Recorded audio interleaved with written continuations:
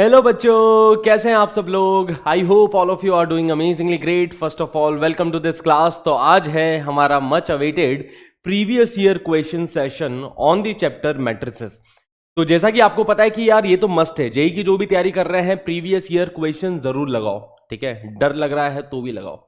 कई बार अपन इसलिए previous year questions की प्रैक्टिस नहीं करते क्योंकि ऐसा लगता है कि कहीं डीमोटिवेट ना हो जाए पिछले सालों के सवालों को देख के, है ना। लगता है कि एक बार और नोट्स अच्छे से कर लो, एक बार और थोड़ा किसी और टीचर की क्लास अटेंड करके एक बार और पढ़ लो, उसके बाद में प्रीवियस ईयर क्वेश्चन लगाएंगे जब तैयार हो जाएंगे। बट बच्चा लोग, जब आप सोच लो तब आप रेडी हो। ठीक है, अगर आपने सोच लिया है कि आज मुझे पीवाईक्यू करने हैं मैट्रिसेस के, मैं रेडी हूं प्रीवियस ईयर क्वेश्चन करने के लिए, समझने के लिए, तो उसी दिन आप रेडी हो जाओगे। ठीक है, तो प्रीवियस ईयर क्वेश्चन बहुत ज्यादा इंपॉर्टेंट है और बहुत सारी चीजें सिखा के जाते हैं हमें, क्योंकि हर एक सवाल अपनी तरह के से एक पजल है। तो आप एक तरीके से पजल्स को सॉल्व कर रहे हो। ठीक है, इसके अंदर अपना दिमाग लगाना है, खुद से ट्राई करना है। एक दो बार तो एटलीस्ट ट्राई करो हर सवाल को खुद से। उसके बाद में अगर दिमाग में कुछ नहीं आ रहा है, और ऐसा नहीं कि 2 बार ट्राई करने में आपने आधे घंटे लगा दिए, पता चला पहला क्वेश्चन लिया कि सर ने बोला था 2 बार ट्राई करना है, आधे घंटे निकल गए 2 बार ट्राई करने में, फिर देख रहे हैं उसके सॉल्यूशन, तो ये भी एक बहुत बड़ा टाइम वेस्ट हो जाता है। तो ये भी नहीं करना, क्योंकि साथ के साथ एफिशिएंसी भी हमें मेंटेन करनी है ना। टाइम तो लिमिटेड है, उतने लिमिटेड टाइम में हमें नॉलेज गेन करना है, तो एक तरीके से एफिशिएंसी भी मेंटेन रहनी चाहिए। तो यहाँ पे एक बैलेंस स्ट्राइक करना बहुत जरूरी है कि ऐसा भी नहीं कि आप सवाल को देखते जा रहे हो, आधे घंटे आप देखते जा रहे हो सवाल को, 10-10 15-15 मिनट आप सवाल को देख रहे हो, बस आपने करना भी स्टार्ट नहीं किया। तो ये भी नहीं करना है, और ऐसा भी नहीं करना है कि जैसे ही सवाल देखा उसका सॉल्यूशन देख लिया फट से। ठीक है, ये भी फिर गलत हो जाएगा, क्योंकि आपने खुद से उसके बारे में कुछ सोचा ही नहीं है। तो सोचना है हर सवाल में 4-5 मिनट का समय दो, 4-5 मिनट खुद से हर क्वेश्चन के ऊपर सोचो, उसके बाद में आप सॉल्यूशन की मदद लो, उसके बाद में आप सॉल्यूशन से समझो और पूरा पूरा सवाल सॉल्व करो टिल द फाइनल आंसर।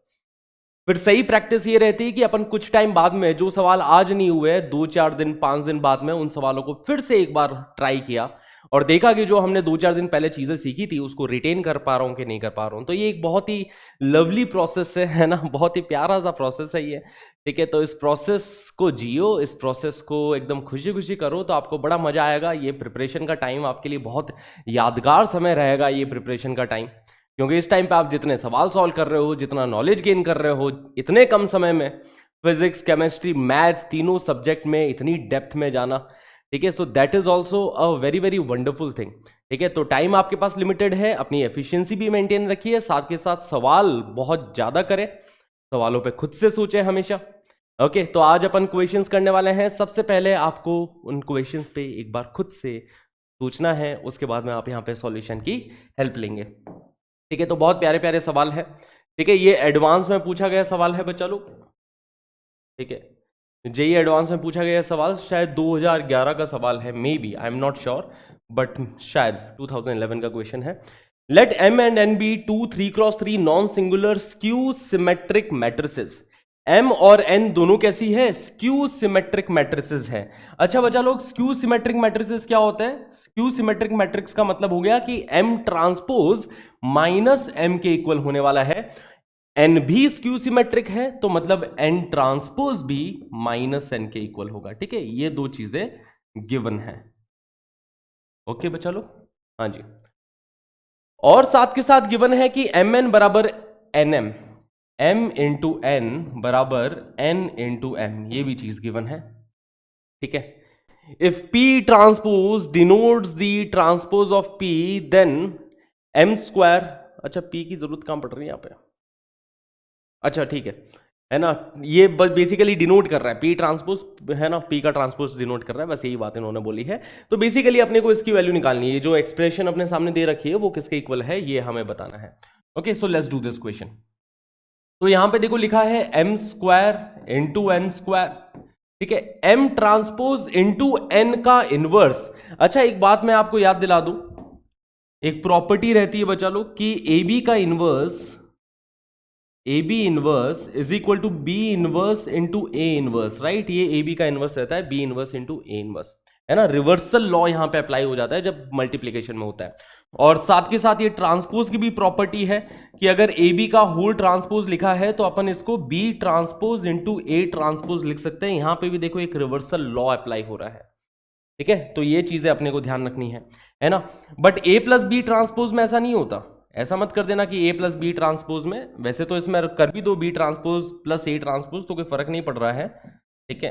तो इसको डायरेक्टली आप ऐसे लिख सकते हो, या फिर अगर A minus B whole transpose हो तो that is equal to A transpose minus B transpose, है ना। इसको B transpose minus A transpose अपन नहीं करेंगे, A minus B whole transpose is equal to A transpose minus B transpose, as simple as that, okay. यहां पे reversal law मत लगा देना, क्लियर है इतनी बात है, ओके। तो M square into N square, यहां पे एम ट्रांसपोज लिखा है, अच्छा एम ट्रांसपोज की तो वैल्यू अपन रख सकते हैं माइनस एम, ठीक है। तो पहले एक बार मैं इसकी वैल्यू रख देता हूं कि माइनस एम इंटू एन का इनवर्स है।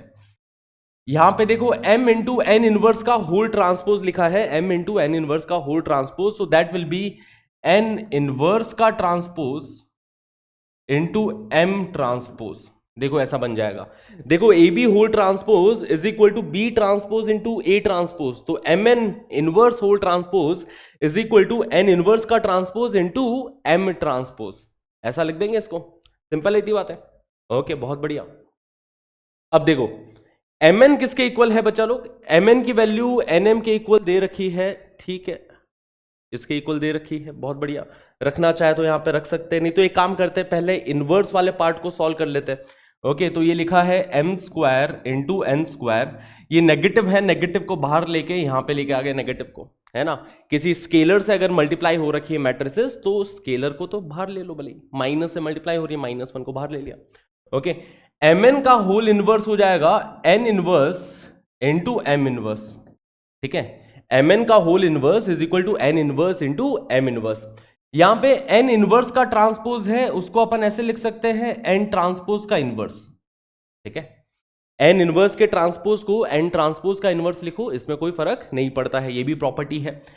M transpose is equal to minus M, M transpose की वैल्यू माइनस एम रख देंगे, यहां से फिर से एक और माइनस वन आ गया, माइनस वन मल्टीप्लाई होकर यहां पे प्लस बना देंगे, ठीक है। तो ये प्लस बन गया, ओके। अब इधर देखो एम स्क्वायर एन स्क्वायर, अब जब एन स्क्वायर एन इनवर्स से मल्टीप्लाई होगा, बेसिकली इधर ऐसा समझना कि ऐसा हो रहा है, इधर M square into N square को आप एन इंटू एन लिख सकते हो, एन स्क्वायर को ऐसा लिख दिया N into N, multiplied by N inverse, ठीक है, मल्टीप्लाइड बाई आगे है एम इनवर्स।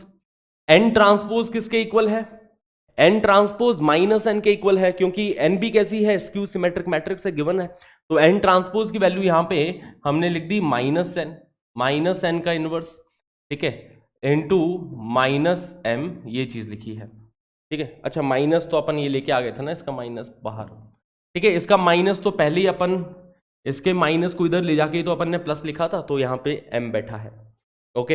अब इसका भी माइनस आप ले जा सकते हो, यहाँ पे इसका माइनस यहाँ ले गए तो वापस से ये माइनस बन गया, माइनस एम स्क्वायर। यहां पे देखो बच्चा लोग n into N inverse identity matrix बन जाएगा, जब एक मैट्रिक्स खुद के ही इनवर्स के साथ मल्टीप्लाई हो जाती है तो वो आइडेंटिटी मैट्रिक्स क्रिएट करती है ना, तो n into N inverse identity matrix हो गया। तो एम स्क्वायर मल्टीप्लाइड बाई यहां पे लिखा है n, ठीक है, इंटू एम इनवर्स, ठीक है, into N inverse into M, इस तरीके से चीजें लिखी हुई है ना। M square into M inverse into N inverse into M, ये जो नेगेटिव था नेगेटिव को अपन इधर लेके आ गए, ओके बहुत बढ़िया बात। अब यहां पे देखो एम एन को ना, बेसिकली ये एम स्क्वायर एन लिखा है ना, एम स्क्वायर एन, तो इसको आप ऐसे लिख सकते हो M into M N, M into M N, ठीक है। एम स्क्वायर इंटू एन को ऐसा लिख दिया, यहां पे एम इनवर्स और एन इनवर्स मल्टीप्लीकेशन में है और एम बैठा है ना। अब एम एन को फिर से अपन लोग एन एम लिख सकते हैं, क्यों, क्योंकि दे रखा है क्वेश्चन में गिवन है इसलिए लिख रहा हूं, ऐसे नहीं अपनी मर्जी से लिख दिया, ठीक है। क्वेश्चन में गिवन है ना कि M N is equal to what N M, तो एम एन को अपन ने एन एम लिख दिया है, ओके। तो ये बन गया minus M into N into M inverse into N inverse into M, ठीक है। तो एम एन को एन एम क्यों लिखा है ना, ताकि मुझे पता है कि एम इस एम इनवर्स से मल्टीप्लाई होगा, तो एम जब इस एम इनवर्स से मल्टीप्लाई होगा तो ये आइडेंटिटी मैट्रिक्स बना दी, ठीक है, ये आइडेंटिटी मैट्रिक्स। जब आइडेंटिटी मैट्रिक्स किसी मैट्रिक्स के मल्टीप्लिकेशन में हो तो आइडेंटिटी मैट्रिक्स का कोई वजूद रह नहीं जाता है, ठीक है। तो n इंटू आई इंटू एन इनवर्स, बेसिकली वो n इनवर्स है, एन एन इनवर्स भी क्या हो जाएगा, आइडेंटिटी मैट्रिक्स बन गया, है ना, N into N inverse that is also equal to identity matrix. तो अपने पास फाइनल आंसर किसके इक्वल आ गया, माइनस एम स्क्वायर के इक्वल आ गया, ठीक है, क्योंकि देखो m इंटू एम ही बचा है यहाँ पे, बस m मल्टीप्लाइड बाई m इतना ही बचा है, तो m इंटू एम किसके इक्वल हो जाएगा, m स्क्वायर हो जाएगा, क्योंकि बीच में तो सब आइडेंटिटी मैट्रिक्स बन रहा है ना बच्चा लोग। ऐसा समझो कि ऐसा हो रहा है कि m बीच में सारी आइडेंटिटी मैट्रिक्स है, i ये भी i इंटू आई स्क्वायर भी i के इक्वल ही होता है, तो basically minus of m I am बैठा है ना, minus of m I am, इस i का कोई वजूद नहीं है, तो ये माइनस ऑफ m स्क्वायर बन जाएगा। So that is our answer for this question. ठीक है, minus of M square. Are we clear? Option C will be the right answer for this question. हाँ जी, एक बार अच्छे से देख लो इस क्वेश्चन को, कहीं कोई दिक्कत? ओके, सिंपल है ना।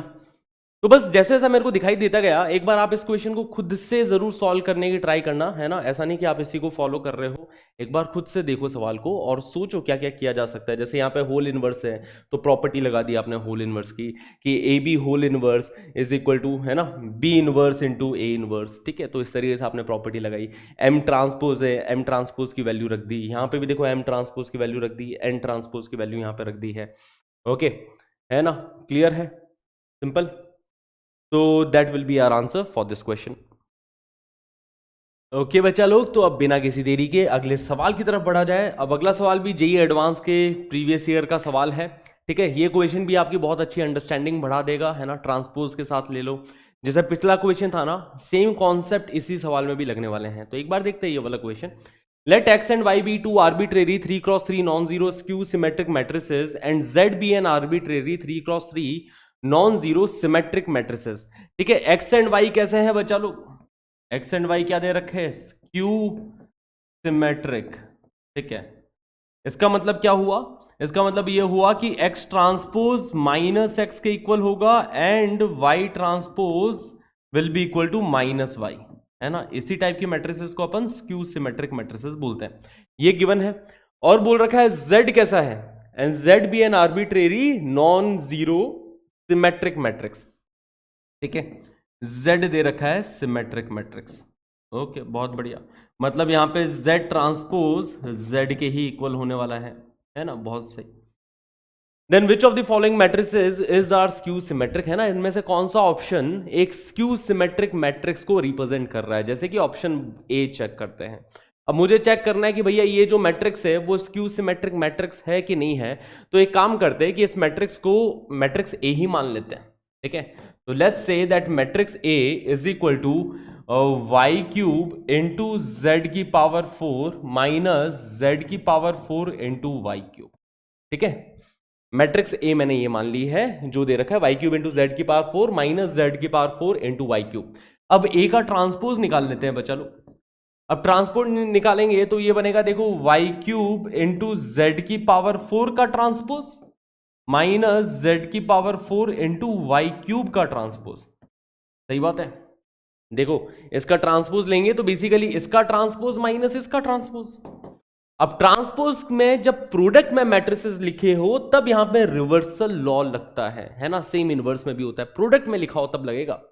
ऐसा मत कर देना बच्चा लोग कि a माइनस बी के होल ट्रांसपोज को आप b transpose minus a transpose कर दो। बच्चे कई बार इधर भी गलती कर देते हैं, ठीक है, यहां पे भी रिवर्सल लॉ लगा देते हैं, इधर नहीं लगेगा।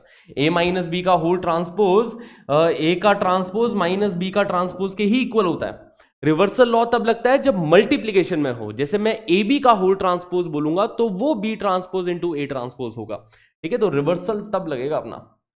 अब यहां पे देखो, वाई क्यूब इंटू जेड की पावर 4 का होल ट्रांसपोज वो बेसिकली हो जाएगा जेड की पावर 4 का ट्रांसपोज, है ना, या फिर जेड ट्रांसपोज की पावर 4 इंटू वाई ट्रांसपोज की पावर 3, है ना। अब यहां पे देखो रिवर्सल लॉ लगाया, रिवर्सल लॉ, ठीक है, कि z की पावर 4 का ट्रांसपोज पहले लिखा, या फिर ऐसा बोला z की पावर, है ना, z ट्रांसपोज की पावर 4।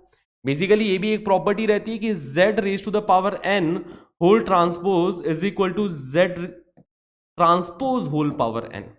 मतलब ये है कि भैया यार z की पावर n निकाल लो, फिर उसका ट्रांसपोज ले लो, या पहले ट्रांसपोज ले लो फिर उसकी पावर n कैलकुलेट कर लो, सेम वैल्यू आने वाली है।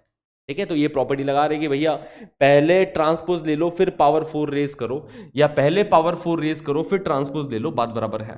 ठीक है, बस रिवर्सल लॉ लगा है, ये चीज आपको दिखनी चाहिए। यहां पे भी देखो बच्चा लोग, यहां पे रिवर्सल लॉ लगेगा, मतलब पहले वाई क्यूब का ट्रांसपोज या वाई ट्रांसपोज का क्यूब, है ना, पहले वाई क्यूब का ट्रांसपोज या वाई ट्रांसपोज का क्यूब लिखो, फिर जेड ट्रांसपोज की पावर 4 लिख दो। अब हमें पता है कि वाई ट्रांसपोज किसके इक्वल है, वाई ट्रांसपोज तो माइनस वाई के इक्वल है, तो यहां पे वाई ट्रांसपोज की वैल्यू अपन लोग लिख देंगे, क्या लिख देंगे, माइनस वाई, और माइनस वाई का क्यूब ले रहे हैं तो नेगेटिव साइन बचेगा यहाँ पे। z ट्रांसपोज तो z के ही इक्वल है, यहां पे भी y ट्रांसपोज की वैल्यू माइनस वाई अपन लोग पुट कर देंगे, तो इधर ये बन रहा है कि देखो z की पावर 4 इंटू माइनस वाई की पावर 3, देखो माइनस आ गए यहाँ पे, है ना, माइनस समझ में आ रहा है ना, और यहां पे देखो माइनस माइनस प्लस बना देगा। ठीक है, तो ये बनेगा plus Y cube into Z की पावर 4, है ना, ये a ट्रांसपोज आ गया। अब ये a ट्रांसपोज आया, ये a था, क्या दोनों सेम आ रहे हैं क्या, है ना, a ट्रांसपोज भी आ रहा है वाई क्यूब इंटू जेड की पावर 4 माइनस जेड की पावर 4 इंटू वाई क्यूब, ये भी सेम चीज आ रही है ना, वाई क्यूब इंटू जेड की पावर 4 माइनस जेड की पावर 4 इंटू वाई क्यूब, तो इधर से देख सकते हैं अपन कि a बराबर a ट्रांसपोज, तो a बराबर a transpose means a is symmetric. Okay, तो ऑप्शन ए अपना कैसा आया, सिमेट्रिक आया है, अपने को सेलेक्ट करना है वो ऑप्शन जो कि स्क्यू सिमेट्रिक हो। ठीक है, वो ऑप्शन जो कि स्क्यू सिमेट्रिक हो। चलिए ऑप्शन बी की तरफ चलते हैं, ऑप्शन बी चेक करते हैं, है ना, तो चेकिंग ऑप्शन बी। ठीक है, चेकिंग ऑप्शन बी, तो ऑप्शन बी में ये जो मैट्रिक्स है उसको अपन बी ही मान लेते हैं। ठीक है, तो b is equal to X की पावर 44 प्लस वाई की पावर 44, अब b का ट्रांसपोज लोगे तो वो बनेगा x का ट्रांसपोज की पावर 44 प्लस y ट्रांसपोज की पावर 44, है ना। ठीक है, ट्रांसपोज लिया तो मतलब बेसिकली x की पावर 44 का ट्रांसपोज ले रहे हैं, अब x की पावर 44 का ट्रांसपोज लो या x ट्रांसपोज की पावर 44 कर दो, बात बराबर है। अब x ट्रांसपोज किसके इक्वल है, माइनस एक्स के इक्वल है, बट कोई फर्क नहीं पड़ रहा है क्योंकि पावर अपनी बेटा इवन बैठी है, पावर इवन बैठी है, तो भैया इवन पावर तो माइनस को प्लस बना ही देगा, है ना। तो ये देखो x ट्रांसपोज की जगह अगर आपने माइनस एक्स रिप्लेस किया तो ये x की पावर 44 बन जाएगा, y ट्रांसपोज की जगह माइनस वाई आपने वैल्यू रख दी तो कोई फर्क नहीं पड़ा, x की पावर 44 प्लस y की पावर 44 ही बना। तो b एंड b ट्रांसपोज कैसे आ रहे हैं, सेम आ रहे हैं, है ना, it implies b is symmetric, again b भी सिमेट्रिक हो गया। अब चलिए चलते हैं अगले ऑप्शन की तरफ। ठीक है, चेकिंग ऑप्शन सी। ओके, तो ऑप्शन सी में ये जो मैट्रिक्स है इसको क्या मान लेंगे, गैस करो, सी मान लेंगे, सही बात। तो यह है x की पावर 4 इंटू जेड की पावर 3 माइनस जेड की पावर 3 इंटू एक्स की पावर 4, यह है मैट्रिक्स सी। तो सी ट्रांसपोज बताओ, सी ट्रांसपोज क्या हो जाएगा, पहले वाले का ट्रांसपोज माइनस दूसरे वाले का ट्रांसपोज, है ना। अब पहले वाले का ट्रांसपोज मतलब x की पावर 4 इंटू जेड क्यूब का transpose minus Z cube into x की पावर 4 का ट्रांसपोज, सही बात। अब इधर रिवर्सल लॉ लगाने का है ना, जब ए बी का होल ट्रांसपोज देखोगे तो ऐसा उल्टा हो जाएगा ना, B transpose into A transpose ऐसे लिखोगे, मतलब पहले आप लिखोगे जेड क्यूब का ट्रांसपोज या जेड ट्रांसपोज का क्यूब, ठीक है ना, पहले आप लिखोगे जेड क्यूब का ट्रांसपोज या जेड ट्रांसपोज का cube and multiplied by X transpose की पावर 4। ठीक है, रिवर्सल लॉ यहां पे लगा दिया है, पहले जेड क्यूब का ट्रांसपोज लिखा फिर एक्स की पावर 4 का ट्रांसपोज लिखा।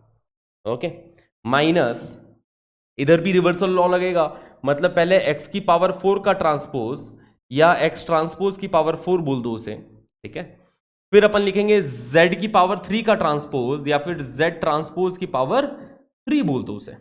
ओके, z ट्रांसपोज किसके इक्वल है, z ट्रांसपोज तो z के ही इक्वल है, x ट्रांसपोज किसके इक्वल है, माइनस एक्स के इक्वल है, x ट्रांसपोज माइनस एक्स के इक्वल है, बट इसकी पावर देखो कैसी है, इवन है ना, माइनस एक्स की पावर 4 एक्स की पावर 4 ही बनेगा।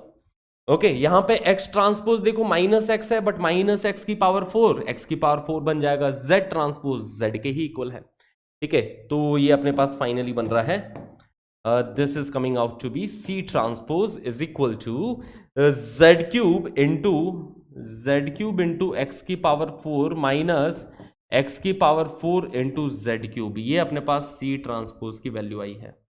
अब ये देखो C ट्रांसपोज की वैल्यू, ये C की वैल्यू क्या सेम है कि एक दूसरे की नेगेटिव है? ठीक है, तो इसके अंदर देखो अगर ये a माइनस बी लिखा है तो ये b माइनस ए लिखा है. समझ वाली बात है. जेड क्यूब इंटू एक्स की पावर 4, ये पॉजिटिव साइन के साथ है, यहाँ पे नेगेटिव साइन के साथ था. ये पॉजिटिव साइन के साथ है तो यहाँ पे ये नेगेटिव साइन के साथ बैठा है. ठीक है, तो ये a माइनस बी है तो इधर ये b माइनस ए लिखा है. तो we can clearly see that C transpose is negative of C. It implies C is skew symmetric matrix है. अच्छा, मल्टीपल चॉइस क्वेश्चन है तो कहानी यहाँ पे खत्म नहीं हुई है.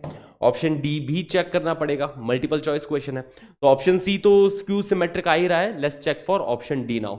ठीक है, तो इसी तरीके से अपन लोग ऑप्शन डी के लिए चेक करेंगे. कहानी क्लियर हो तो आप एक बार खुद से चेक करना ऑप्शन डी के लिए और बताना क्या ऑप्शन डी भी स्क्यू सिमेट्रिक आ रहा है क्या, बताओ जरा. तो चेकिंग फॉर ऑप्शन डी. ठीक है, तो ये जो मैट्रिक्स है इसको मैट्रिक्स डी मान लिया कि x की पावर 23 माइनस वाई की पावर 23. अब d का ट्रांसपोज लोगे तो वो x की पावर 23 का ट्रांसपोज माइनस वाई की पावर 23 का ट्रांसपोज. ठीक है, ये बनेगा. अब x की पावर 23 का ट्रांसपोज लो या फिर x ट्रांसपोज की पावर 23 ले लो, बात बराबर है ना. y की पावर 23 का ट्रांसपोज लो या फिर y ट्रांसपोज की पावर 23 ले लो, बात बराबर है. अब x ट्रांसपोज की वैल्यू माइनस एक्स, तो यहां पे माइनस एक्स रखोगे. अब माइनस एक्स की पावर 23 क्या बनेगा? हाँ जी, यहां पे y ट्रांसपोज की जगह माइनस वाई रखोगे. अब माइनस वाई की पावर 23 क्या बनेगा? तो माइनस एक्स की पावर 23 माइनस एक्स की पावर 23 बनेगा, है ना. माइनस साइन रहेगा क्योंकि पावर ऑड है. यहां पे भी देखो नेगेटिव साइन रहेगा और नेगेटिव इंटू नेगेटिव यहां पे पॉजिटिव बन जाएगा, तो पॉजिटिव टाइम्स वाई की पावर 23 ये बन गया. तो ये अपने पास डी ट्रांसपोज की वैल्यू आई. ठीक है, this is the value for D transpose, this is the value for D. देखो जरा एक दूसरे के इक्वल है कि एक दूसरे के नेगेटिव है. These are negatives of each other, right. तो D transpose is equal to minus D. It implies D is skew symmetric, है ना. ये भी स्क्यू सिमेट्रिक मैट्रिक्स आ गए. तो D is also skew symmetric matrix. Option C and option D are the correct options. ठीक है, clear है C and D. Now let's move forward to the next question. ये भी एडवांस का ही सवाल है. ठीक है ना. ये क्वेश्चन बोल रहा है let M be a 3x3 invertible matrix with real entries and let I denote the 3x3 identity matrix. ठीक है, I तो अपने को पता है आइडेंटिटी मैट्रिक्स डिनोट करता है. बहुत बढ़िया. M इनवर्स की वैल्यू दे रखी है एडजॉइंट ऑफ M के इक्वल, then which of the following statements is are always true. ठीक है, डिटर्मिनेंट M की वैल्यू पूछी है, मैट्रिक्स M की वैल्यू पूछी है, M स्क्वायर की वैल्यू पूछी है, एडजॉइंट ऑफ M स्क्वायर की वैल्यू पूछा है. ठीक है, लेट्स फाइंड इट आउट. तो सबसे पहले अगर मैं डिटर्मिनेंट को टारगेट करूं तो M इनवर्स क्या दे रखा है? Adjoint of M. ठीक है, अब मैं बोल रहा हूं दोनों साइड डिटर्मिनेंट ले लो, taking determinant on both side. ठीक है, taking determinant on both sides. तो आप सिंबल यूज करना चाहो सिंबल यूज कर लो. डिटर्मिनेंट का सिंबल पता है ना, दो खड़ी डंडियां, है ना. दो खड़ी डंडी इस तरीके से M इनवर्स के दोनों तरफ आ गई. लेफ्ट हैंड साइड में अपन ने डिटर्मिनेंट ले लिया, वही राइट हैंड साइड में भी ले रहे हैं, है ना. दो खड़ी डंडियां एडजॉइंट M. ठीक है, बंद कर दिया इसको डिटर्मिनेंट में. अच्छा, अब एक प्रॉपर्टी होती है, आपको याद हो क्या, है ना. आपको याद हो तो मैं आपको याद दिलाऊं. ठीक है, प्रॉपर्टी ये रहती है कि adjoint of M will be equal to determinant of M raise to the power n-1 का स्क्वायर. इसके इक्वल होती है बच्चा लोग, है ना. Determinant of adjoint of M is equal to determinant of M raise to the power n-1 square, है ना. एडजॉइंट की प्रॉपर्टी के अंदर ये प्रॉपर्टी हमने देखी थी, बहुत ही ज्यादा इंपॉर्टेंट प्रॉपर्टी है. ठीक है, एक बार मैं सारी प्रॉपर्टीज लिख देता हूं एडजॉइंट की यहाँ पे, जो बच्चे अभी तक साथ में जुड़े हुए नहीं है उनके लिए. ठीक है, एडजॉइंट की पहली प्रॉपर्टी कि भैया A into adjoint of A, है ना, identity matrix. A into adjoint A करो या फिर एडजॉइंट ए इंटू ए करो, that will be equal to identity matrix. Second property determinant of adjoint of A, determinant of adjoint of A is equal to determinant of A raise to the power n minus 1। Specially order 3 के लिए याद रखना कि for n is equal to 3, है ना, for n बराबर 3 determinant of adjoint of A is equal to determinant A का square हो जाएगा, है ना। n की जगह पे 3 रखोगे तो determinant of adjoint of A is equal to determinant of A का स्क्वायर। अगली property determinant of adjoint of A, ठीक है ना, determinant of adjoint of A that will be equal to determinant of A raise to the power n minus 1 square, ठीक है। And order 3 के लिए specially ध्यान रखना कि फॉर n बराबर 3 determinant of adjoint of A will be equal to, देखो जरा यहां पे अगर n की जगह पे 3 रखोगे तो क्या मिलेगा, n की जगह पे 3 रखते ही 3 माइनस 1 का स्क्वायर, 2 का स्क्वायर मतलब 4, है ना। So that is equal to determinant of A raise to the power 4। तो डिटर्मिनेंट ऑफ एडजॉइंट ए क्या आता है, determinant of A raise to the power 4, किसके लिए, फॉर ऑर्डर 3 मैट्रिक्स। ऑर्डर 2 होगा तो फिर n की जगह 2 रखोगे, ठीक है, सिंपल है। अगली प्रॉपर्टी कि एडजॉइंट ऑफ ए, है ना, अब डिटर्मिनेंट नहीं ले रहे, एडजॉइंट ऑफ ए ये एक मैट्रिक्स है, इसकी वैल्यू एक मैट्रिक्स के इक्वल आएगी और इसकी वैल्यू आती है determinant of A raise to the power n minus 2 into matrix A only. Determinant of A raise to the power n minus 2 into matrix A. देखो डिटर्मिनेंट एक नंबर बताता है, ये एक मैट्रिक्स है, तो एक स्केलर को एक मैट्रिक्स के साथ मल्टीप्लाई कर रखा है, सो that is the value for this, okay.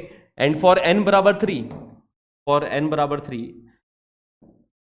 n is equal to 3 के लिए बचा लोग, ये आ जाएगा determinant of a into matrix है ना, फॉर n बराबर 3, ठीक है। n की जगह पे 3 रखोगे ऑर्डर 3 की मैट्रिक्स के लिए, ये रिश्ता रहेगा। अगली एक प्रॉपर्टी ध्यान रखना कि एडजॉइंट ऑफ के ए इज इक्वल टू के raise to the power n minus 1 times adjoint of A, है ना। एडजॉइंट ऑफ के ए इज इक्वल टू के रेज टू द, यहां पे के कोई स्केलर है तो adjoint of K is equal to के raise to the power n minus 1 times adjoint of A, ठीक है। इतनी प्रॉपर्टी क्लियर। अब कुछ छोटी छोटी प्रॉपर्टीज बता देता हूं, ठीक है, कुछ छोटी छोटी प्रॉपर्टी जो छोटी छोटी जगह पे काम आ जाती है। ये बड़ी बड़ी प्रॉपर्टीज भैया ये बड़े बड़े सवाल सॉल्व करने काम आएगी, कुछ छोटी छोटी प्रॉपर्टीज जो कि सवालों में बीच बीच में काम आ जाती है, जैसे कि adjoint of A raise to the power n is equal to adjoint A whole raise to the power n, ठीक है। एडजॉइंट ऑफ ए क्यूब निकालो या एडजॉइंट ए का क्यूब निकालो, बात बराबर है ना। एडजॉइंट ऑफ ए स्क्वायर निकालो या फिर एडजॉइंट ए का स्क्वायर निकालो, दोनों की वैल्यू क्या आने वाली है, सेम आने वाली है, ठीक है। एक आखिरी प्रॉपर्टी कि भैया एडजॉइंट ऑफ, अगर दो मैट्रिसेस मल्टीप्लीकेशन में है एडजॉइंट ऑफ ए बी, तो यहां पे भी रिवर्सल लॉ लगेगा, adjoint of A B is equal to adjoint of B into adjoint of A, okay. Adjoint of A B is equal to adjoint of B into adjoint of A, okay. तो ये properties को ध्यान में रखते हुए चलिए वापस से इस सवाल पे आते हैं, ओके। दोनों साइड अपन ने डिटर्मिनेंट ले लिया, डिटर्मिनेंट ऑफ m इनवर्स, अच्छा determinant of m inverse is equal to 1 upon determinant of m, है ना। डिटर्मिनेंट ऑफ m इनवर्स क्या आता है, वो आता है 1 अपॉन डिटर्मिनेंट ऑफ m, है ना। ये एक मैट्रिक्स और मैट्रिक्स के इनवर्स के डिटर्मिनेंट में रिश्ता है। Determinant of m inverse is equal to 1 upon determinant of m and adjoint of m, है ना। एडजॉइंट ऑफ m का determinant of m raise to the power n minus 1 square होगा, मतलब determinant of m raise to the power 4 के equal होगा। अब ये एक स्केलर है, स्केलर को उस साइड मल्टीप्लाई कर दो तो इधर से दिखाई दे रहा है कि determinant of m raise to the power 5 बराबर 1 है, मतलब डिटर्मिनेंट ऑफ m भी किसके इक्वल हो जाएगा, 1 हो जाएगा, है ना। किसी नंबर की पावर 5 1 है तो वो नंबर भी 1 के इक्वल होगा, तो ऑप्शन बी तो करेक्ट है। Now let's check out more options, है ना, बाकी के ऑप्शंस चेक करते हैं, ठीक है। और अपन यहां से क्या क्या चीजें निकाल सकते हैं, ऐसा कर सकते हैं अपन कि एडजॉइंट ऑफ m की वैल्यू रख दे, क्योंकि ये प्रॉपर्टी हमने देखी कि एडजॉइंट ऑफ ए, ठीक है, adjoint of A is equal to determinant of A raise to the power n minus 2 into matrix है। n की जगह पे 3 रखोगे तो that is equal to determinant of A into matrix है, adjoint of A is equal to determinant of A into matrix A for n बराबर 3। तो वही चीज अपन यहां पे रख सकते हैं कि लेफ्ट हैंड साइड में m इनवर्स लिखा है, राइट हैंड साइड में देखो जरा, ठीक है, adjoint of m will be equal to determinant of m into m, है ना, ठीक है। Basically determinant of m raise to the power n minus 2 into matrix m होगा, बट n की वैल्यू 3 है, तो determinant of m raise to the power 1 बन जाएगा। तो that is equal to this कि m inverse is equal to determinant of m into matrix m। अब determinant of m की वैल्यू हमने निकाल ही ली है, डिटर्मिनेंट ऑफ m की वैल्यू 1 है, तो यहां पे 1 रख देते हैं उसकी वैल्यू, ठीक है। तो अगर उसकी वैल्यू 1 रखी तो इधर से अपने पास मिल रहा है कि m inverse is equal to m, okay. अब दोनों साइड m से मल्टीप्लाई कर दो, दोनों साइड m से मल्टीप्लाई कर दो, तो लेफ्ट हैंड साइड में m inverse into m, right hand side में m इंटू m, है ना, दोनों साइड m से मल्टीप्लाई कर दिया। m inverse into m identity matrix के इक्वल हो गया, तो left hand side identity matrix, right hand side m into m, that is m square. तो m स्क्वायर किसके इक्वल आ गया? आइडेंटिटी मैट्रिक्स के इक्वल आ गया। तो yes, option C is also correct कि m का स्क्वायर इज आइडेंटिटी मैट्रिक्स।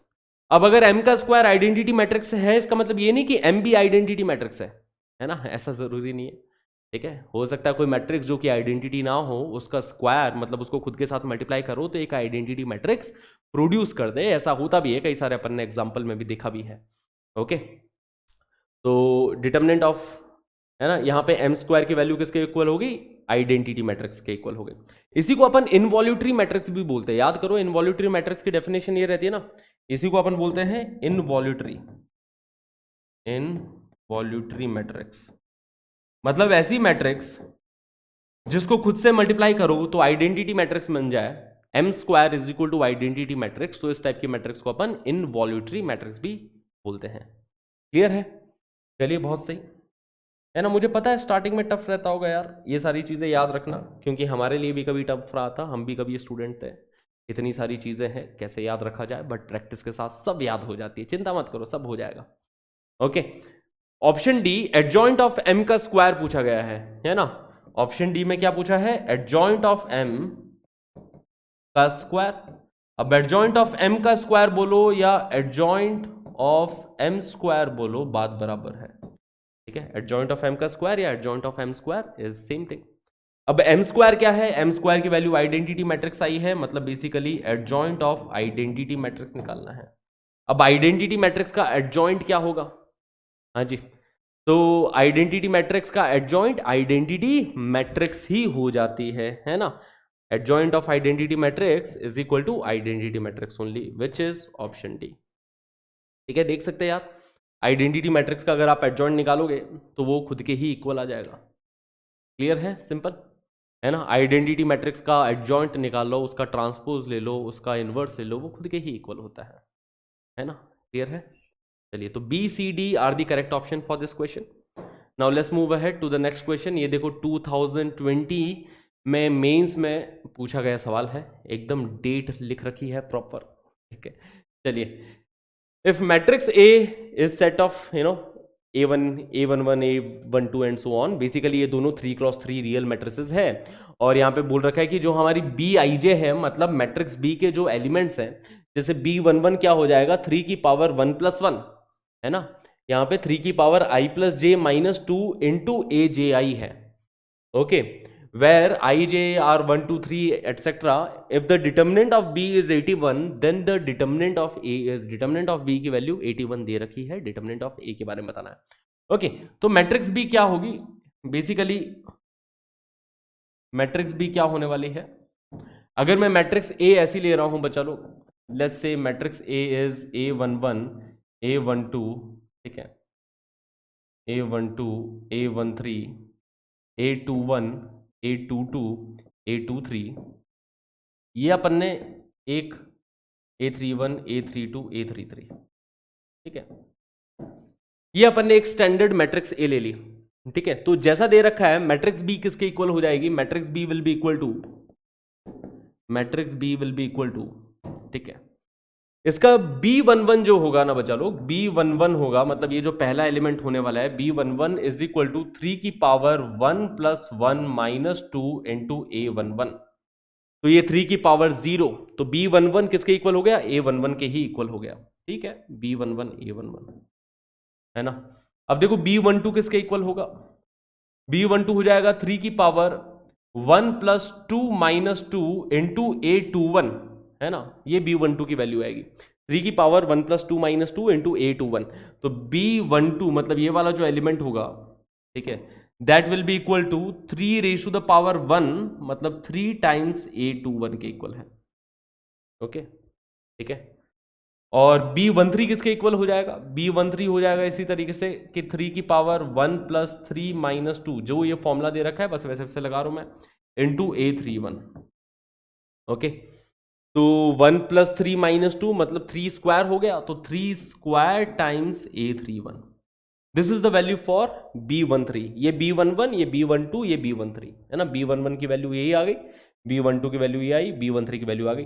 वैसे ही आप देखो B21 की वैल्यू निकालेंगे, B21 हो जाएगा 3 की power 2 plus 1 minus 2 into A12, तो मतलब ये 3 की पावर 1 3 टाइम्स A12 के इक्वल हो गया। ओके, वैसे ही B22 निकालोगे, B22 इज इक्वल टू 3 की power 2 plus 2 minus 2 into A22। Okay, तो मतलब ये 3 स्क्वायर इंटू A22। B23 निकालोगे, B23 मतलब ये वाला हो गया सेकेंड रो थर्ड कॉलम का एलिमेंट है ना, सेकेंड रो का एलिमेंट है एंड थर्ड कॉलम का एलिमेंट है B23। B23 will be equal to 3 की power 2 plus 3 minus 2 into A32, है ना। 2 3 है तो इधर 3 2, जैसा फॉर्मूला दे रखा है, यहाँ पे IJ है तो यहाँ पे JI। ठीक है, तो B23 इज इक्वल टू 3 की power 2 plus 3 minus 2 into A32, मतलब ये 3 की पावर 3 इंटू A32। ओके, वैसे यहां पे देखो अगर अपन वैल्यू निकालते हैं, ये वाला एलिमेंट कौन सा हो जाएगा? थर्ड रो फर्स्ट कॉलम का एलिमेंट, मतलब B31। B31 की वैल्यू इसी तरीके से हो जाएगी 3 की power 3 plus 1 minus 2 into A13, है ना। तो ये हो गया 3 की power 2, 3 square times A13। Okay, 3 square times A13। वैसे ये वाला एलिमेंट आप देखोगे, ठीक है, ये वाला एलिमेंट हो गया अपने पास में थर्ड रो सेकंड कॉलम का element B32 third row second column का एलिमेंट। ठीक है, थर्ड रो का है, सेकंड कॉलम का है, तो B32 हो जाएगा 3 की power 3 plus 2 minus 2 into A23, मतलब ये बन गया 3 क्यूब इन टाइम्स A23, है ना, 3 क्यूब टाइम्स A23। तो इधर रख देते हैं इसकी वैल्यू की 3 क्यूब टाइम्स A23।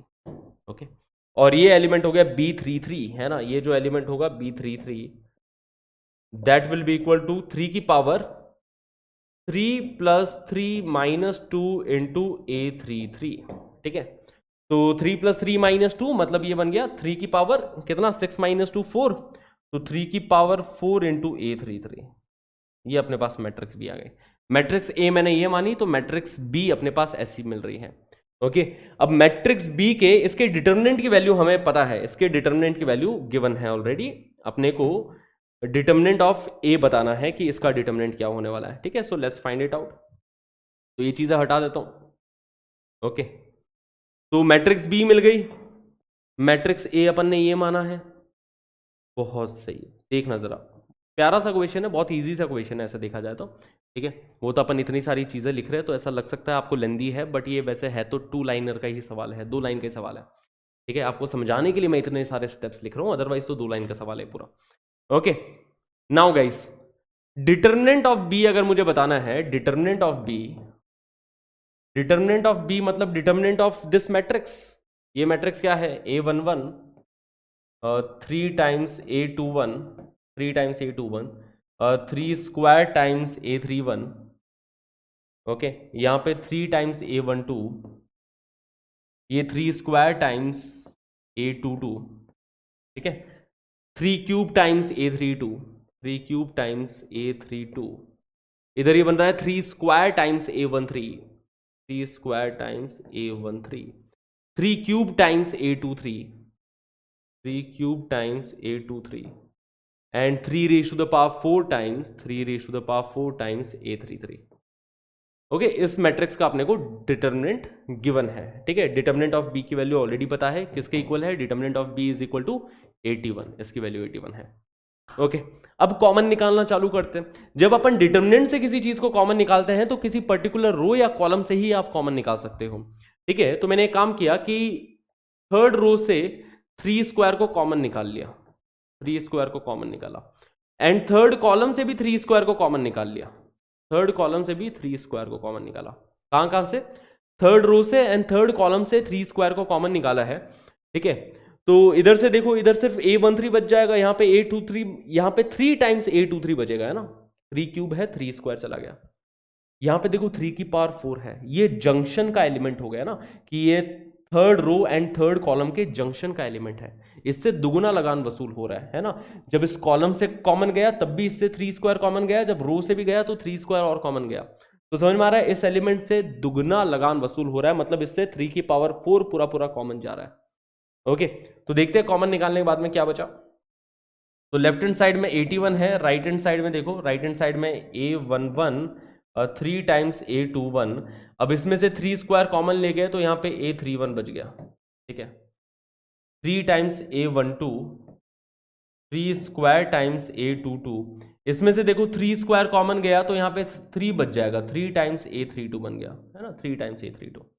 ठीक है, इसमें से 3 स्क्वायर गया तो 3 स्क्वायर इसमें से गया तो सिर्फ a13 बचेगा इधर, इसमें से 3 स्क्वायर गायब हुआ तो यहाँ पे 3 टाइम्स a23 इधर बचने वाला है। अब इसमें से देखो डबल लगान वसूल हो रहा है ना, इस कॉलम से भी 3 स्क्वायर गया, फिर रो से भी 3 स्क्वायर निकाला, तो यहाँ पे सिर्फ a33 बच जाएगा। समझ में आ रही बात है? और 3 स्क्वायर इंटू 3 स्क्वायर मतलब 3 की पावर 4 यहाँ पे बाहर बैठा है मल्टीप्लीकेशन में, 3 की पावर 4 टाइम्स। अभी क्लियर? तो इधर तक की कहानी यहाँ पहुंच गई। अभी भी डिटर्मिनेंट ऑफ ए तक अपन पहुंचे नहीं है, क्योंकि अभी भी 3 और 3 स्क्वायर दिख रहा है। तो अब एक काम करते हैं कि सेकंड कॉलम से 3 को कॉमन ले लिया जाए एंड सेकंड रो से भी 3 को कॉमन ले लिया जाए।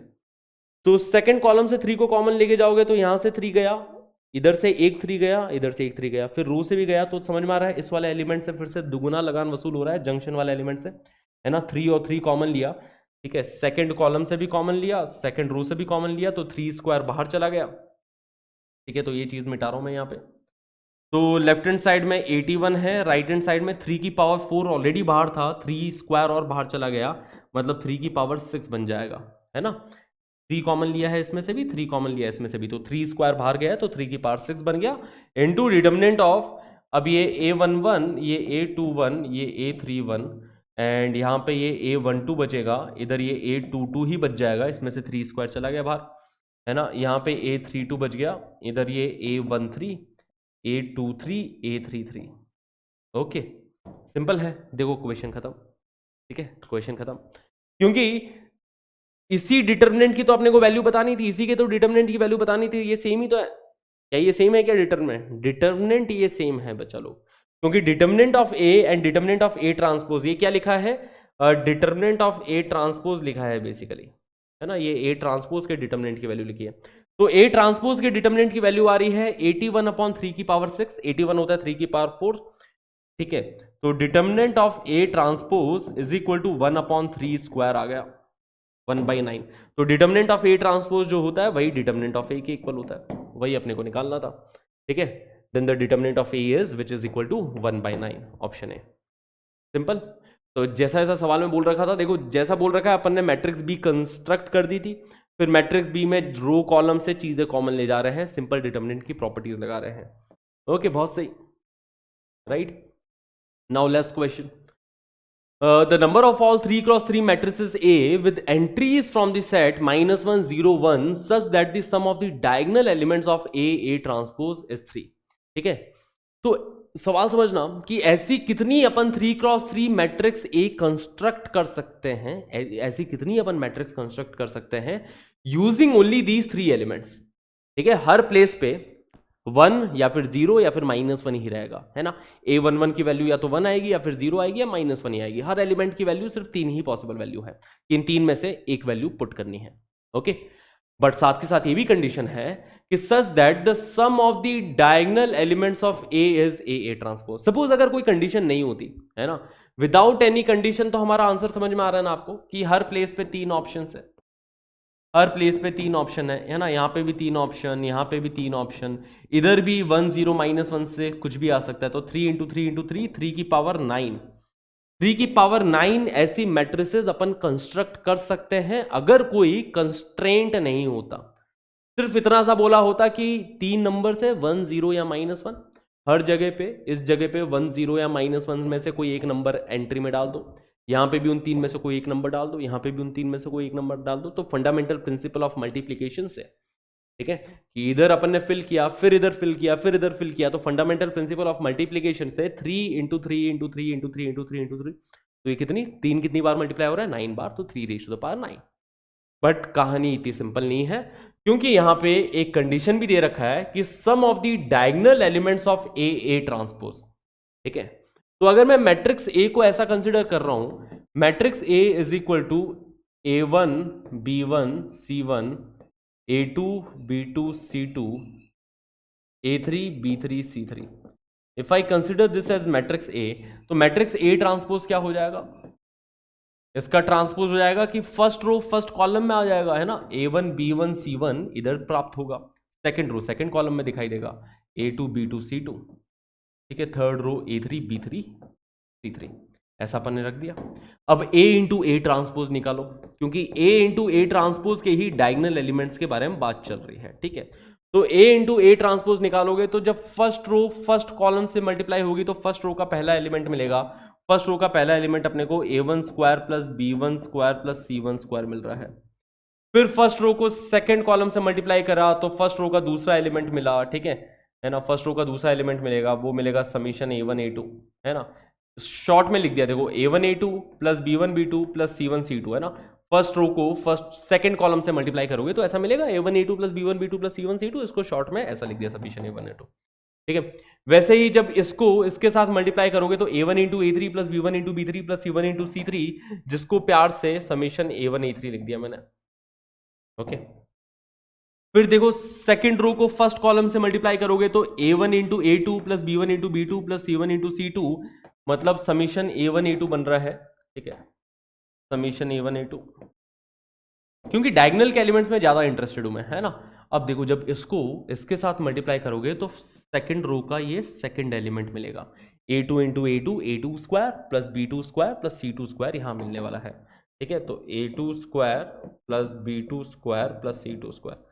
अच्छा, कहानी समझ में आ गई तो ये वाला एलिमेंट भी समझ में आ रहा होगा ना, कि ये वाला एलिमेंट कब मिलेगा, जब थर्ड रो थर्ड कॉलम से मल्टीप्लाई होगी, तो A3 square plus B3 square plus C3 square, A3 square plus B3 square plus C3 square.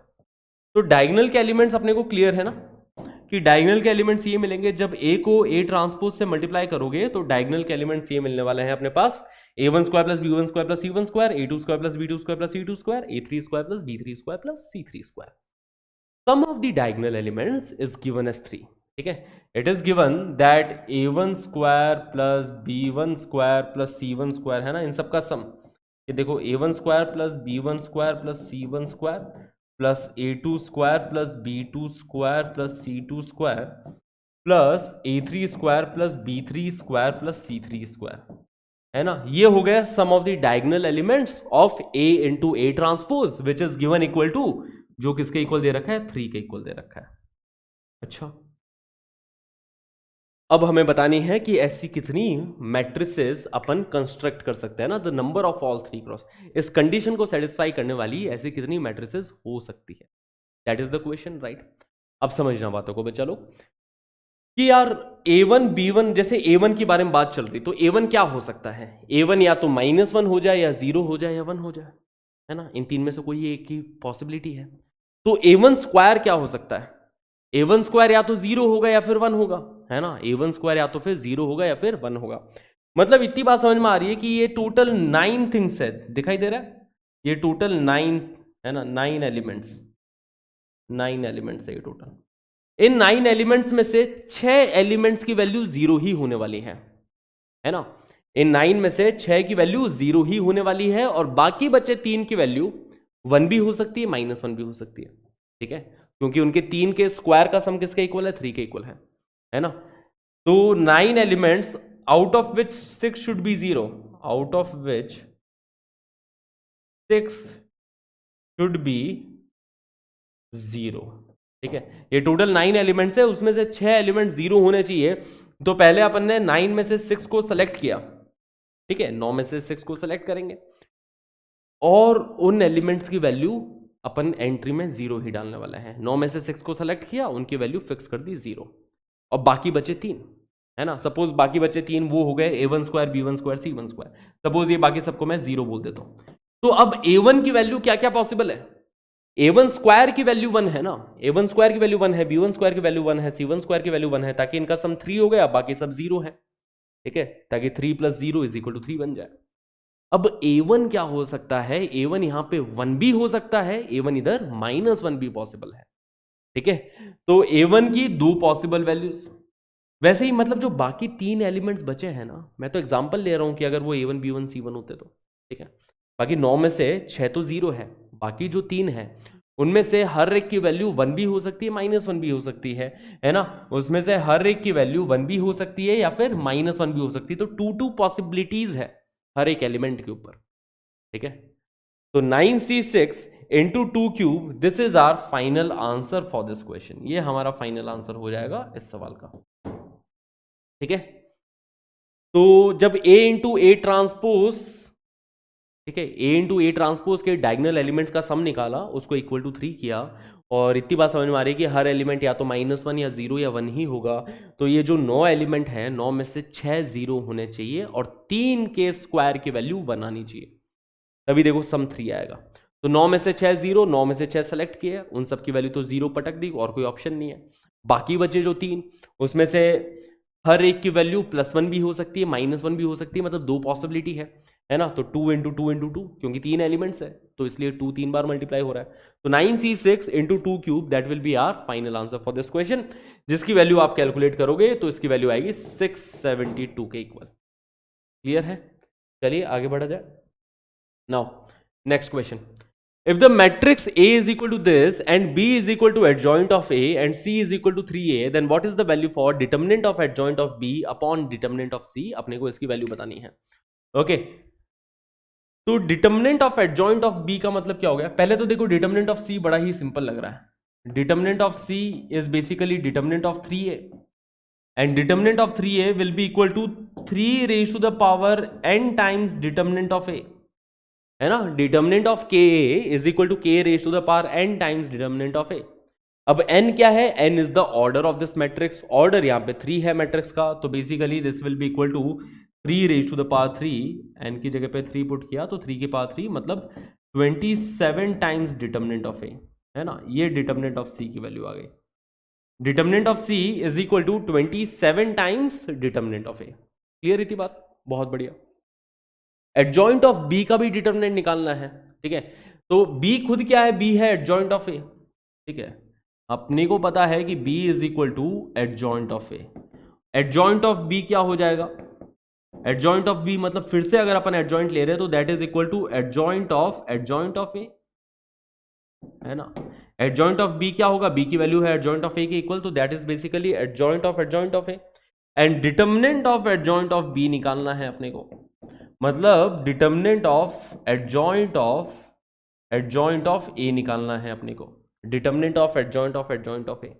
ठीक है, अब determinant of adjoint of A होता है determinant of A raise to the power n-1 square. Direct formula based question. n की वैल्यू क्या है? 3 -1 का स्क्वायर, मतलब determinant of A raise to the power 4 आ जाएगा ये। ठीक है, तो न्यूमरेटर में determinant of adjoint of B आ गया, determinant of A raise to the power 4 denominator में। ठीक है, तो इधर लिख देते अपन कि इसकी वैल्यू आ जाएगी determinant of a raise to the power 4 upon determinant of c is 27 times determinant of a, है ना। डिटर्मिनेंट ऑफ c क्या है? 27 times determinant of a। Value रखी तो ये आ जाएगा डिटर्मिनेंट ऑफ a का क्यूब अपॉन 27। ठीक है, ये अपना फाइनल आंसर हो जाएगा। अब डिटर्मिनेंट ऑफ a की वैल्यू निकाल सकते हैं इजीली, क्योंकि मैट्रिक्स a दे रखी है। डिटर्मिनेंट ऑफ a की वैल्यू आप इजीली यहां से कैलकुलेट कर सकते हो। Determinant of a will be equal to 1 multiplied by 9 + 4। ठीक है, 9 + 4 -1 मल्टीप्लाइड बाई 3 - 4। ठीक है, -1 multiplied by 3 - 4 which is -1 multiplied by 3 -4, okay, +2 multiplied by -1 -3, -1 -3 मतलब -4, तो 9 4 13 और minus of -1 that will B +1, तो ये 13 +1 -8 बन रहा है ना, मतलब ये 14 -8 बन गया जिसकी वैल्यू इक्वल टू 6। ओके, तो डिटर्मिनेंट ऑफ ए की वैल्यू यहाँ पे 6 रखेंगे तो अपने पास आ गया 6 का क्यूब, है ना, हमारा आंसर जो हो जाएगा वो आ जाएगा 6 का क्यूब डिवाइडेड बाई 27, ठीक है। तो 6 का cube basically 2 cube into 3 cube होता है ना, 3 क्यूब नीचे लिखा है वो कैंसिल आउट होके इसकी वैल्यू 2 क्यूब के इक्वल आ गई, मतलब ये 8 के इक्वल आ गई, okay, which is option C. ये अपना सही जवाब हो गया इस क्वेश्चन का, सिंपल। तो ये भी देखो डायरेक्ट फॉर्मुला बेस्ड क्वेश्चन था, है ना। तो इस टाइप के क्वेश्चन तो बिल्कुल छोड़ के नहीं आने के हैं, 1 मिनट के 2 मिनट के सवाल है ज़्यादा से ज़्यादा, डायरेक्ट फॉर्मुला बेस्ड क्वेश्चन है, डायरेक्ट एडजॉइंट की प्रॉपर्टी से सवाल आए हुए हैं, तो ये तो किसी भी एंगल से छोड़ के नहीं आना है। Okay, now let's have a look at this question. Matrix A हमारे सामने दे रखी है, एक मैट्रिक्स बी बताई गई है जो कि है 7 इंटू ए की पावर 20 माइनस 20 इंटू ए की power 7 plus 2i, where I is an identity matrix of order 3x3, है ना। तो B13 की वैल्यू बतानी है, मतलब इस मैट्रिक्स में B13 मतलब जो first row and third column में जो एलिमेंट सिचुएटेड है ना, first row and third column में ये जो एलिमेंट सिचुएटेड रहेगा इसकी अपने को वैल्यू बतानी है, इसकी वैल्यू पूछी है पर्टिकुलरली, ठीक है। तो अब अभी बी कैलकुलेट करने के लिए अपने को ए की पावर 20 जानना पड़ेगा क्या आएगा, ए की पावर 7 जानना पड़ेगा क्या आएगा, ठीक है। तो जब भी ऐसी हायर पावर आती है ना तो कोई ना कोई पैटर्न बन रहा होगा, पैटर्न बन रहा होगा, आपसे पूरा कैलकुलेट नहीं कराएंगे ए की पावर 20 तक। आपके सामने मैट्रिक्स ए है, आप ए स्क्वायर कैलकुलेट करो, ए क्यूब कैलकुलेट करो, एक पैटर्न आपके सामने दिखाई देगा। ओके, तो ये काम आपको खुद को करना है बच्चा लोग, एक बार मैं यहाँ पे जरूर कर रहा हूँ, but you need to try it once by yourself. तो ए स्क्वायर होगा 1 -1 0 0 1 -1 0 0 1 मल्टीप्लाइड बाई इटसेल्फ 1 -1 0 0 1 -1 0 0 1, ये हो गया ए स्क्वायर, ठीक है। चलिए मल्टीप्लाई करते हैं, क्या मिल रहा है। सबसे पहले ये फर्स्ट रो फर्स्ट कॉलम से मल्टीप्लाई होगी, तो 1 इंटू 1 -1 इंटू 0 प्लस 0 इंटू 0, मतलब ये 1 ही बनने वाला है, ठीक है। फिर फर्स्ट रो सेकंड कॉलम से मल्टीप्लाई होगी, तो 1 इंटू -1 इंटू +1, है ना, तो 1 into -1 into +1 that is also -1, 0 into 0 0, तो -1 बन के यहाँ पे -2 मिल जाएगा। फिर ये थर्ड कॉलम से मल्टीप्लाई होगा, तो 1 इंटू 0 0 -1 इंटू -1 +1 बन जाएगा, 0 इंटू 1 फिर से 0 बन गया, ठीक है। तो यहाँ पे ये 1 मिल रहा है, देखो जरा। फिर सेकंड रो को फर्स्ट कॉलम से मल्टीप्लाई किया, 0 इंटू 1 1 इंटू 0 -1 इंटू 0, मतलब इधर ये 0 ही मिल रहा है, ठीक है। फिर इसको अपन ने इसके साथ मल्टीप्लाई हुआ किया, है ना, तो 0 into -1 0, 1 into 1 that is 1, -1 into 0 again 0, तो यहाँ पे 1 ही मिल रहा है, ओके। फिर इसको थर्ड कॉलम के साथ मल्टीप्लाई किया, 0 into 0 1 into -1 that is -1, -1 into 1 that is -1 again, तो यहाँ पे -2 मिलता हुआ दिखाई दे रहा है। फिर अब बारी रही थर्ड रो की, थर्ड रो को फर्स्ट कॉलम के साथ मल्टीप्लाई करेंगे तो 0 मिल रहा है। फिर थर्ड रो को सेकंड कॉलम के साथ मल्टीप्लाई किया, तो 0 इंटू -1 0 इंटू 1 1 इंटू 0 0 ही मिल रहा है, बहुत बढ़िया। फिर इसको इसके साथ मल्टीप्लाई करेंगे तो समझ में आ रहा है 1 इंटू 1 1 ही मिलेगा फिर से, ठीक है। तो ये अपने पास ए स्क्वायर की वैल्यू आ गई, ओके, क्लियर है। ए स्क्वायर की वैल्यू ऐसी आई है। अभी पैटर्न पहचानेंगे, है ना, ए स्क्वायर की वैल्यू निकाल ली, अब ए क्यूब की वैल्यू निकालो बच्चा लोग। तो ए क्यूब की वैल्यू आएगी ए स्क्वायर इंटू ए, है ना, A cube will be equal to A square into matrix A. तो मैट्रिक्स ए स्क्वायर हमने लिख ली है, मैट्रिक्स ए स्क्वायर आई है 1 -2 1 0 1 -2 0 0 1, this is matrix A square. Matrix A square को मैट्रिक्स ए से मल्टीप्लाई करोगे तो मैट्रिक्स ए है 1 -1 0 0 1 -1 0 0 1, ठीक है। तो ए क्यूब आ जाएगा ए स्क्वायर इंटू ए, ये रही ए स्क्वायर मैट्रिक्स, ये रही मैट्रिक्स ए। देखते हैं ए क्यूब की वैल्यू क्या आई, ठीक है। तो A cube will be equal to, सबसे पहले अपन मल्टीप्लाई करेंगे फर्स्ट रो को फर्स्ट कॉलम के साथ, तो 1 इंटू 1 1 हो गया, माइनस 2 इंटू 0 0, 1 इंटू 0 0 हो गए, तो फर्स्ट रो को फर्स्ट कॉलम के साथ मल्टीप्लाई किया तो 1 मिलेगा। फर्स्ट रो को जब सेकंड कॉलम के साथ मल्टीप्लाई कर रहे हो तो 1 इंटू -1 -1, माइनस 2 इंटू 1 -2, ठीक है, प्लस 1 इंटू 0 0 बन जाएगा, तो -1 -2 मतलब यहाँ पे -3 मिलता हुआ दिखाई दे रहा है। ओके, फिर इसको अपन थर्ड कॉलम के साथ मल्टीप्लाई करेंगे, 1 इंटू 0 0 मिल रहा है, -2 इंटू -1 प्लस 2 बन जाएगा, 1 इंटू 1 प्लस 1 बन जाएगा, प्लस 2 प्लस 1, यहां पे ये 3 मिल रहा है। ओके, फिर अब बारी आई सेकंड रो को इसके साथ मल्टीप्लाई करने की, ठीक है, तो सेकंड रो को इसके साथ मल्टीप्लाई किया, 0 into 1 0, 1 into 0 0, -2 into 0 again 0। Okay, second row को इसके साथ मल्टीप्लाई करोगे, 0 इंटू -1 0, 1 इंटू 1 1, -2 इंटू 0 अगेन 0, तो यहाँ पे ये 1 ही मिल रहा है। फिर इसको अपन ने थर्ड कॉलम के साथ मल्टीप्लाई किया, तो 0 इंटू 0 0, 1 इंटू -1 -1, -2 इंटू 1 -2, तो -1 -2 मतलब -3 मिल रहा है, ठीक है, और ये फिर से 0 0 1 ही मिल रहा है, देखो 0 मिल जाएगा जब इसको फर्स्ट कॉलम के साथ मल्टीप्लाई किया, सेकंड कॉलम के साथ मल्टीप्लाई किया तो भी 0, थर्ड कॉलम के साथ मल्टीप्लाई करेंगे तो 1, तो 0 0 1 ये मिल रहा है। दिस इज ए क्यूब, ठीक है, दिस इज ए क्यूब, है ना। अब आखिरी a raise to the power 4 और कैलकुलेट कर लो बच्चा लोग, a raise to the power 4 क्या हो जाएगा, a क्यूब इंटू a, तो a क्यूब है 1 -3 3 0 1 -3 0 0 1, ठीक है, ये हो गया a क्यूब, ये हो गया a cube, multiply by matrix a करोगे तो मैट्रिक्स a हो गया 1 -1 0 0 1 -1 0 0 1। ओके, तो लेट्स मल्टीप्लाई दीज टू, तो फर्स्ट रो को फर्स्ट कॉलम के साथ मल्टीप्लाई करोगे तो 1 मिल जाएगा, ठीक है, फिर फर्स्ट रो को अपन सेकंड कॉलम के साथ मल्टीप्लाई करेंगे तो 1 इंटू -1 -1, -3 इंटू 1 -3, -1 -3 मतलब यहाँ पे ये -4 मिलता हुआ दिखाई दे रहा है, -4, ठीक है। फिर इसको जब आपने थर्ड कॉलम के साथ मल्टीप्लाई किया तो 1 into 0 0, -3 into -1 plus 3 into 1 plus 3 again, मतलब ये वाला एलिमेंट 6 मिल जा रहा है। ओके, फिर सेकंड रो को फर्स्ट कॉलम के साथ मल्टीप्लाई करोगे तो 0 मिल जाएगा यहाँ पे, सेकंड रो को जब सेकंड कॉलम के साथ मल्टीप्लाई किया तो 0 into -1 0, 1 into 1 that is 1, -3 into 0 again 0, तो यहाँ पे भी 1 मिलता हुआ दिखाई दे रहा है। जब इसको इसके साथ मल्टीप्लाई करोगे तो आई गेस -4 बनेगा, हाँ जी -4 ही बन रहा है। ओके, और यहाँ पे ये 0 0 1।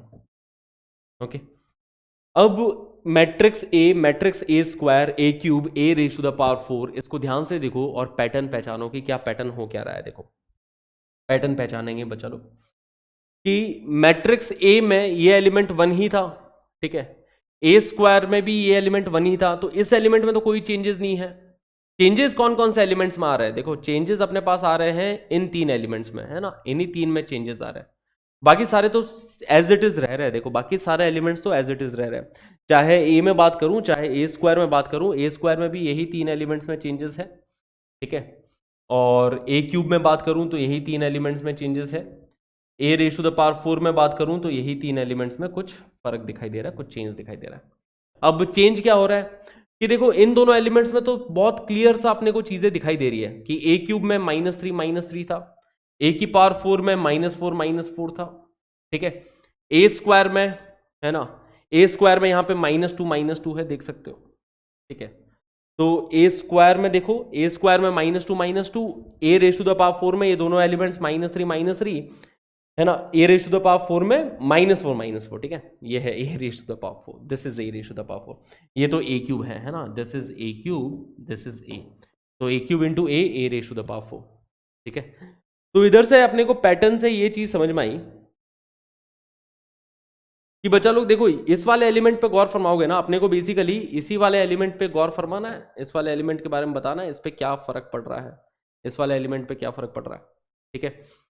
तो ए स्क्वायर में ये 1 था, ठीक है, ए क्यूब में क्या आ गया, ये 1 + 2 आ गया, ए क्यूब में 1 + 2 आ गया, ए स्क्वायर में 1 था, ए क्यूब में 1 + 2 3 हो गया, ए रेज टू द पावर 4 में 1 + 2 + 3 दैट इज 6, पैटर्न पहचाना है ना, A raise to the power 4 में ये वाला एलिमेंट क्या बन गया, 1 + 2 + 3, एक सेकेंड,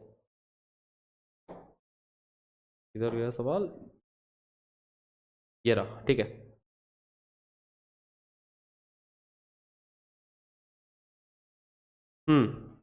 तो इसके अंदर ये एलिमेंट जो है वो 1 + 2 + 3, a⁴ 4 में 1 + 2 + 3 विच इज 6, ठीक है। a³ में ये 1 + 2, ठीक है। a² में ये 1। तो अगर मैं बात कर रहा हूं a की हायर पावर में, अब इसको डुप्लीकेट कर लेते हैं स्लाइड को। अगर a की हायर पावर में बात करें, जैसे a⁴ तो a⁴ में क्या हो रहा होगा, आप पैटर्न पहचान चुके होंगे आई गेस, कि a⁴ में, ठीक है, a⁴ में ये वाले एलिमेंट्स तो डायगोनल के 1 1 1, ये 0 0 0 ही होंगे, ठीक है। ये वाला एलिमेंट -20 -20 हो जाएंगे, ठीक है। ये दोनों एलिमेंट्स जैसे यहाँ पे पैटर्न दिख रहा है -4 -4, -20 -20। और ये वाला एलिमेंट क्या होगा बच्चा लोग, ठीक है। a⁴ में 1 + 2 + 3 था, a⁵ में 1 + 2 + 3 + 4 हो जाएगा। जैसे देखो पावर 4 है तो 3 तक का समेशन था, तो पावर अगर 20 है तो 19 तक का समेशन आएगा ये, ठीक है। ये जो एलिमेंट होगा, अलग पेन से लिख देते हैं इसको, कि 1 + 2 + 3 अप टू 19 तक का ये समीशन आने वाला है। 1 + 2 + 3 अप टू 19 तक का समीशन, ठीक है, which will be equal to 1 - 20, 1 + 2 + 3 up to 19 तक का समीशन हो जाता है 19 × 19 + 1/2, है ना। तो 19 × 20/2 मतलब 190 हो जाएगा ये 190 हो जाएगा, ठीक है। 19 × 19 + 1/2, है ना। 1 + 2 + 3 अप टू 19 तक का summation n × n + 1/2, sequence and series का फॉर्मूला। तो 19 × 20/2 विच इज इक्वल टू 190। तो ये वाला एलिमेंट 190 हो गया, ये 0, ये 1, ये -20, ये 0 0 1। So this is the value for a⁴ clear. वैसे ही आप लोग a⁴ की भी वैल्यू निकाल सकते हैं बड़ी इजीली। ये सेम पैटर्न a⁴ में भी अप्लाई हो रहा होगा कि a⁴ matrix is going to be, diagonal elements तो 1 1 1 ही रहेंगे, ये एलिमेंट 0 0 0 ही रहेंगे, ये वाला एलिमेंट -7 -7 हो जाएगा, और यहाँ पे जो एलिमेंट लिखा है वो 1 + 2 + 3 अप टू 6 तक का समीशन रहेगा। 1 + 2 + 3 अप टू 6 तक का समीशन, एंड 1 से 6 तक का समीशन हो जाता है ना। 1 + 2 + 3 up to 6 is equal to 6 × 6 + 1/2, मतलब ये 21 के इक्वल हो जाएगा, ठीक है। तो a⁴ में ये वाला एलिमेंट आ जाएगा 21, ओके। अब वैल्यू पुट कर दो, तो मैट्रिक्स बी क्या आ गई बच्चा लोग, मैट्रिक्स बी हो जाएगी 7 टाइम्स a⁴, है ना। तो 7 से जब इसको मल्टीप्लाई किया तो 7 टाइम्स a⁴, मतलब ये डायगोनल एलिमेंट 7 7 7 बन जाएंगे, ये -140 -140 हो जाएगा, ठीक है। 7 टाइम्स 190 बन जाएगा ये, ठीक है। 7 टाइम्स 190, ओके। तो ये हो गया 7 × a⁴20। ये क्या चीज लिखी है, ये मैंने सबसे पहले लिखा है 7 × a⁴20, कि a⁴20 को जब 7 से मल्टीप्लाई करेंगे ऐसा कुछ बनेगा, है ना। माइनस 20 टाइम्स a⁴7, ठीक है, -20 टाइम्स a⁴7। तो ये रही अपने सामने a⁴7, जिसके अंदर 1 -7 21 ये एलिमेंट्स मिल रहे हैं। जब इसको 20 से मल्टीप्लाई करोगे, 20 को अंदर मल्टीप्लाई किया तो डायगोनल एलिमेंट्स 20 20 20 बन जाएंगे, ये तो 0 ही रहने वाला है, 0 को 20 से मल्टीप्लाई करोगे तो 0 ही। 7 × 20, है ना, -7 × 20 मतलब ये -140 बन गया, ये भी -140 बन जाएगा, ठीक है। क्लियर है। और यहां पे देखो 1 से लेके 6 तक का समीशन, मतलब ये 21 है, 21 20 से मल्टीप्लाई होगा, 21 × 20 तो वो 420 बन गया, 420, ठीक है। +2i +2 टाइम्स आइडेंटिटी मैट्रिक्स, है ना। आइडेंटिटी मैट्रिक्स में तो डायगोनल में 2 2 2 होते हैं, बाकी सब 0 0 0 होते हैं। ये हो गया 2i, तो ये लिख दिया 7 × a⁴20 -20 × a⁴7 +2i। इसमें से अपने को सिर्फ इस एलिमेंट के बारे में गौर फरमाना है कि ये जो है ये एलिमेंट क्या होने वाला है। तो आपको समझ में आ रहा है क्या होगा, 7 × 190 -420 + 0, है ना। तो अपने पास B13 आ गया, 7 × 190 0 6 7 और 6, ये हो जाएगा 1330, ठीक है। 1330 माइनस 420 प्लस 0, ये एलिमेंट होने वाला है, ठीक है। तो 1300 में से 400 खत्म किया, 900, 30 में से 20 गया 10, 910, 910, that is our final answer for this question, ठीक है। ये हमारा फाइनल आंसर हो गया। तो जब भी इस टाइप का क्वेश्चन आए तो अपने को एक पैटर्न ही पहचानना होता है, और ये पैटर्न बड़ा ही कॉमन है, ठीक है। इस टाइप की कई सारी मैट्रिसेस आपको दिखाई देगी जिसके अंदर यही पैटर्न बार बार फॉलो हो रहा होगा, ठीक है। तो एक बार इस टाइप के क्वेश्चंस हमने प्रैक्टिस कर लिए, जैसे मैं और सवाल दिखा दूंगा आज के सेशन में इसी टाइप के, जिसके अंदर इस तरीके से पैटर्न चल रहा है ना। ए स्क्वायर ए क्यूब एक बार कैलकुलेट करी तो आगे आप पैटर्न गेस कर सकते हो कि आगे की मैट्रिक्स क्या होने वाली है। तो वहां पे ये पैटर्न एक बार गेस कर लिया तो यही सवाल, वैसे तो बड़ा लेंथी क्वेश्चन है बट यही सवाल बहुत ईजिली हो जाएगा, 2 से 3 मिनट के अंदर आप इस क्वेश्चन को कर पाएंगे, ठीक है। तो इसके लिए क्या मांगता है? प्रैक्टिस मांगता है। पहली बार करोगे टाइम लगेगा, नो डाउट, पहली बार जो भी करता है इस सवाल को तो उनको टाइम लगता है, बट क्या आप 2-4 बार इस टाइप के सवाल कर लोगे उसके बाद में आपको टाइम नहीं लगने वाला इसमें, ठीक है। ये बात आपको भी पता है, हमें भी पता है। तो मेहनत से ना भागे, मेहनत करें, बहुत ईजी हो जाएगी ये सारी चीजें आपके लिए, ठीक है। Now let's move ahead. यहां पे देखो एक मैट्रिक्स ए दे रखा है, if A inverse is equal to alpha times identity matrix plus beta times matrix A, ठीक है, then alpha minus beta is equal to what. तो ये बेसिकली ए के टर्म्स में एक इक्वेशन है, ए के टर्म्स में एक इक्वेशन है। अगर मैं सपोज इसको मल्टीप्लाई बाई ए कर दूं, तो A into A inverse is equal to alpha times I into A plus beta times A into A, ऐसा बैठा ही है, ठीक है। अगर मैं दोनों साइड ए से मल्टीप्लाई कर दूं तो ऐसा है, तो A into A inverse identity matrix, ठीक है।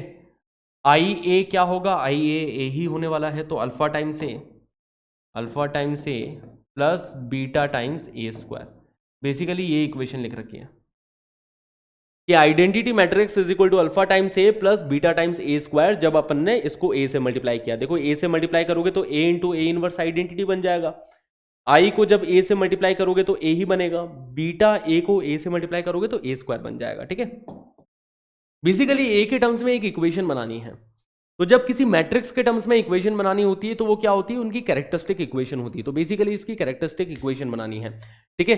इसकी कैरेक्टरिस्टिक इक्वेशन होती है बच्चा लोग, determinant of A minus lambda I या फिर determinant of A minus X I बराबर नल मैट्रिक्स, ठीक है। That is the characteristic equation of matrix है।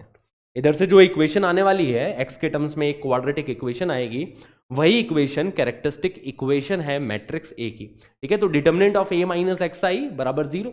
बेसिकली इस इक्वेशन को मैट्रिक्स ए सेटिस्फाई कर रहा है, देख पा रहे हैं ना कि एक्स की जगह पे ए रख दोगे तो ए माइनस ए ही बन रहा है, ठीक है। तो determinant of A minus X I को 0 करोगे और determinant of A minus X I क्या आएगा? देखो आइडेंटिटी मैट्रिक्स में सिर्फ डायगोनल में 1 1 रहता है, ठीक है। तो मैट्रिक्स ए में से, है ना, सिर्फ डायगोनल एलिमेंट्स में से x सब्ट्रैक्ट कर दो, ठीक है। आइडेंटिटी मैट्रिक्स में डायगोनल में 1 1 रहता है, जब उसको x से मल्टीप्लाई करोगे तो डायगोनल में x आ जाएगा, है ना। तो 1 में से x सब्ट्रैक्ट होगा तो यहाँ पे ये 1 माइनस एक्स, 4 में से x सब्ट्रैक्ट होगा तो यहाँ पे 4 माइनस एक्स, बाकी सब एज इट इज। कुछ भी चीज नहीं समझ में आई हो तो एक बार पिछला वीडियो जरूर देखें जिसके अंदर मैंने कैरेक्टरिस्टिक इक्वेशन के बारे में डिटेल में एक्सप्लेन कर रखा है, ठीक है। तो वहां पे जाके आप जरूर एक बार रेफर कर सकते हैं। तो determinant of A minus X I ये आ गया, इक्वेट किया 0 से और इसको ओपन किया तो अपने पास क्या मिल रहा है? देखो 1 minus x into 4 minus x plus 2 बराबर 0। 1 minus x into 4 minus x हो जाएगा x square minus 5x plus 4 and plus 2 बराबर 0, मतलब x square minus 5x plus 6 बराबर 0। ये जो x के टर्म्स में क्वाड्रेटिक बन रही है ना, इसको मैट्रिक्स ए सेटिस्फाई करता है ना। x की जगह पे a रख दोगे तो ये matrix A satisfies this equation. तो इसी को ही अपन लिख सकते हैं a square minus 5a plus 6i बराबर नल मैट्रिक्स। ये मैट्रिक्स के टर्म्स में इक्वेशन हो गई। x की जगह पे a रखा तो a स्क्वायर माइनस 5a और प्लस 6 को अपन कैसे लिखेंगे? प्लस 6i, क्योंकि मैट्रिक्स में मैट्रिक्स ही ऐड होगी, सिर्फ प्लस 6 लिखना गलत हो जाएगा, है ना। तो उसको 6i लिखना है। तो a square minus 5a plus 6i बराबर क्या आ रहा है? नल मैट्रिक्स आ रहा है। अब देखो आप इन दोनों इक्वेशन को कंपेयर कर सकते हो, इक्वेशन 1 इक्वेशन 2। यहां पे देखो आइडेंटिटी मैट्रिक्स की वैल्यू दे रखी है, ठीक है, तो एक काम करते हैं ना, यहाँ से आइडेंटिटी वैल्यू मैट्रिक्स की वैल्यू निकालते हैं। तो 6i किसके इक्वल हो गया, 6i हो जाएगा, 6i will be equal to plus 5a minus a square, है ना, plus 5a minus a square. So the value of i is equal to 5/6a minus 1/6 times A square. ये identity matrix की value आ रही है। Compare किया इससे कि अल्फा की वैल्यू कितनी आ जाएगी, अल्फा की वैल्यू 5/6 आ गई, बीटा की वैल्यू कितनी आ गई, -1/6। अल्फा देखो मैट्रिक्स ए का कोफिशिएंट है ना, एंड बीटा देखो ए स्क्वायर के मल्टीप्लीकेशन में है, तो ए स्क्वायर के मल्टीप्लीकेशन में क्या है, -1/6। तो इधर से अल्फा की वैल्यू 5/6 एंड बीटा की वैल्यू -1/6। बस खत्म है फिर सवाल, है ना। अल्फा माइनस बीटा की वैल्यू पूछी है, ठीक है, तो 5/6 शायद ये 4 टाइम्स अल्फा माइनस बीटा, ऐसा है सवाल, है ना, कि 4 टाइम्स अल्फा माइनस बीटा, कुछ मिसप्रिंट है यहाँ पे। तो 4 टाइम्स अल्फा माइनस बीटा की वैल्यू पूछी है, तो अल्फा माइनस बीटा किसके इक्वल आ गया, अल्फा माइनस बीटा 1 के इक्वल आ गया। 4 times alpha minus beta, answer 4 आ जाएगा। तो that will be our answer for this question, ठीक है, सिंपल है। तो कैरेक्टरिस्टिक इक्वेशन का बड़ा ही आसान सा सवाल, okay. Now let's have a look at the next question, बड़ा ही प्यारा सवाल। If the matrices A is equal to this and m बराबर a plus a square plus a cube up to a raised to the power 20, then the sum of all the elements of the matrix m is equal to, इधर भी एक pattern बन रहा होगा, ठीक है ना। Then the sum of all the elements of the matrix m is, matrix m के सारे एलिमेंट्स का सम अपने को निकालना है। क्या आ रहा है, a पता है, a स्क्वायर निकालना होगा, a क्यूब निकालना होगा, बेसिकली एक पैटर्न बन रहा होगा। तो चलिए पैटर्न समझते हैं कि a क्या है। ए है यहाँ पे डायगनल में 1 1 1, डायगनल के नीचे सब 0 0 0, है ना। एक अपर ट्राइंगुलर मैट्रिक्स है ये, राइट। ये ए हो गया, तो ए स्क्वायर निकालना है तो ए को ए से ही मल्टीप्लाई कर दो बच्चा लोग। तो 1 1 1 0 1 1 0 0 1। तो जब ए को ए से ही मल्टीप्लाई किया तो ए स्क्वायर की वैल्यू आ गई। जब आप फर्स्ट रो को फर्स्ट कॉलम से मल्टीप्लाई करोगे तो 1 × 1 1 × 0 प्लस 1 × 0, मतलब इधर ये 1 ही बन जाएगा। फर्स्ट रो को सेकंड कॉलम से मल्टीप्लाई करोगे तो 1 × 1 प्लस 1 × 1 प्लस 1 × 0, मतलब यहां पे अपने को 2 बनता हुआ दिखाई दे रहा है। इसको जब इसके साथ मल्टीप्लाई करोगे तो 1 × 1 प्लस 1 × 1 प्लस 1 × 1, मतलब यहाँ पे 3 बनता हुआ दिखाई दे रहा है, ठीक है। जब इसको इसके साथ मल्टीप्लाई किया तो 0 ही मिल रहा है, देख सकते हैं, ठीक है। तो यहाँ पे 0, जब इसको इसके साथ मल्टीप्लाई करोगे तो 0 × 1 प्लस 1 × 1 प्लस 1 × 0, मतलब यहाँ पे 1 ही मिल रहा है, ठीक है।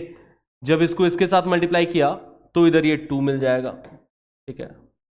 जब इसको इसके साथ मल्टीप्लाई किया तो 0 मिलेगा। जब थर्ड रो को सेकंड कॉलम के साथ मल्टीप्लाई करेंगे तो भी 0 मिल रहा है। थर्ड रो को थर्ड कॉलम के साथ मल्टीप्लाई करेंगे तो 1 मिलेगा, ठीक है। तो यहाँ पे ये 0 0 1 ही मिल रहा है।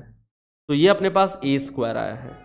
आप चाहो तो पैटर्न यहीं पे कमेंट कर लो बच्चा लोग, है ना, यहीं पे ही आप चाहो तो पैटर्न कमेंट कर सकते हो कि ए स्क्वायर में क्या हुआ। ए स्क्वायर में बस चेंजेस यहाँ पे और यहाँ पे आए हैं। ए स्क्वायर में ये एलिमेंट 2 बन चुका है और ये एलिमेंट जो है वो 1 + 2 बन गया, ठीक है, 1 + 2। अब ए क्यूब में आप देखोगे ना, जब आप ए क्यूब निकालोगे तो फिर से यही पैटर्न आपको बनता हुआ दिखाई देगा, ठीक है। 1 1 1 डायगनल में, यहाँ पे 0 0 0, और ए क्यूब में देखोगे ये वाला एलिमेंट 3 3 बन जाएगा, है ना। कैलकुलेट करके देखना, ए स्क्वायर को ए से ही मल्टीप्लाई करना, ए क्यूब निकलेगा, ठीक है। तो ये एलिमेंट 3 3 बनेगा और ये एलिमेंट 1 + 2 + 3 बनेगा, मतलब ये वाला एलिमेंट 6 आ रहा होगा, देखना जरा, ये वाला एलिमेंट 6 आ रहा होगा, ठीक है। तो इधर से अपन लोग ये पैटर्न में कमेंट कर सकते हैं कि अगर a की पावर r है ना, तो a की पावर r के अंदर डायगनल में कोई फर्क नहीं पड़ेगा, यहाँ पे 0 0 0 बनेगा, ये वाला एलिमेंट r बनेगा, ठीक है। देखो a क्यूब में यहाँ पे 3 तक का समीशन था, है ना। a क्यूब में ये दोनों एलिमेंट्स 3 3 थे, तो a की पावर r में ये दोनों एलिमेंट्स r हो जाएंगे, और यहाँ पे r तक का समीशन होएगा, है ना, 1 से लेके r तक का समीशन, मतलब ये बन जाएगा r × r + 1/2, ये a की पावर r में है, ठीक है। हमें समीशन निकालना है बच्चा लोग, ठीक है। समीशन फॉर्मूलाज अप्लाई कर दो। अपने को समीशन चाहिए r = 1 से लेके, मतलब a की पावर 1 से लेके a की पावर 20 तक, r = 1 से लेके 20 तक का समीशन निकालना है। तो जब इन सारी मैट्रिसेस को ऐड करोगे 1 से 20 तक का, मतलब उनके हर एक एलिमेंट्स में समीशन अप्लाई हो रहा है ना। मतलब समीशन ऑफ 1 अप्लाई कर देना, summation 1 summation 1 summation r summation r, summation of r into r plus 1/2, ठीक है। तो let's apply this thing in the next slide. Okay, तो हैव अ लुक। तो देखिए जरा क्या बन रहा है यहाँ पे, कोई टेंशन वाली बात नहीं है। देखो समीशन लगाया, समीशन लगा दोगे हर एलिमेंट में। तो यहाँ पे देखो 1 ऐड हो रहा है 20 टाइम्स, ठीक है। तो ये समीशन ए की power r is equal to 1 से लेके 20, ठीक है। ये बन जाएगा, जब 1 को 20 बार ऐड करोगे तो यहाँ पे 20 बनेगा।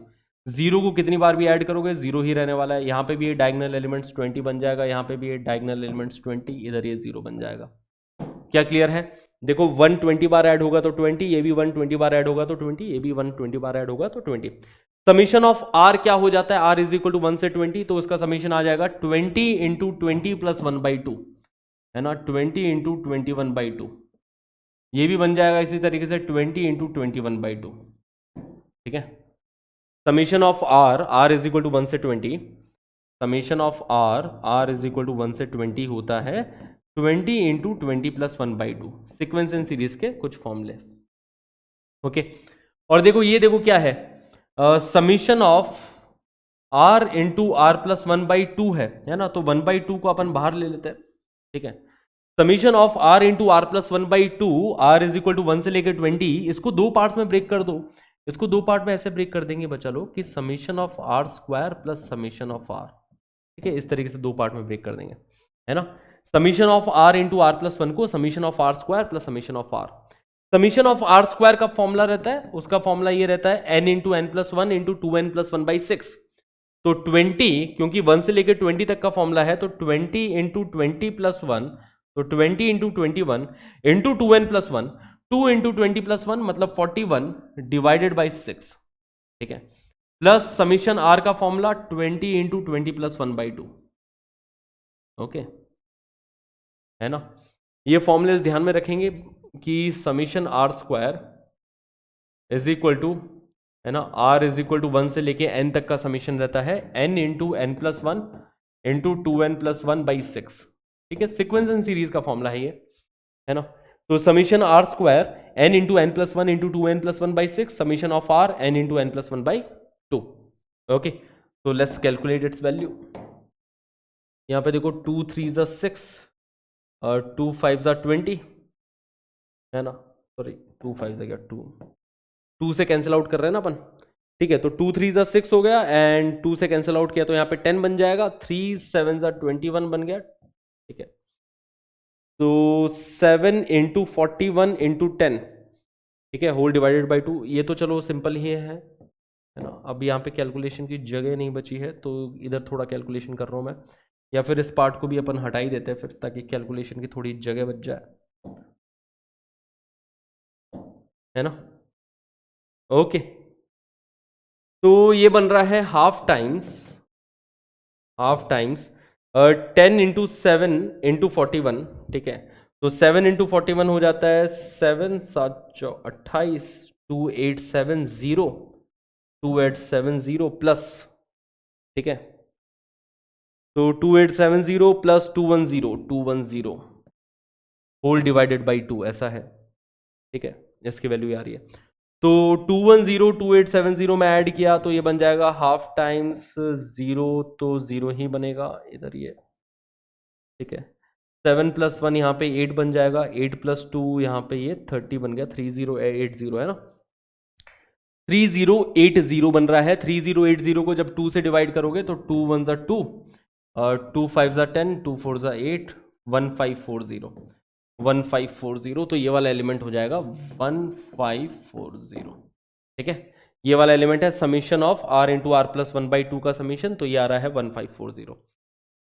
अब इसी में अपने को सम ऑफ एवरी एलिमेंट बताना है। तो देखो सम ऑफ ऑल दी एलिमेंट्स कितना आ गया, 20 3 बार आ रहा है, तो 20 इंटू 3 लिख दूं क्या मैं, 20 इंटू 21/2 2 बार आ रहा है ना। तो ये इन दोनों का सम कितना हो जाएगा, 20 इंटू 21 हो गया, है ना, 420 हो गया basically, plus 1540 that will be equal to 60 plus 420 plus 1540, 1540 plus 60 1600 हो गया, 1600 में 420 ऐड हुआ तो 2020 हो जाएगा, 2020, यही इस क्वेश्चन का आंसर है।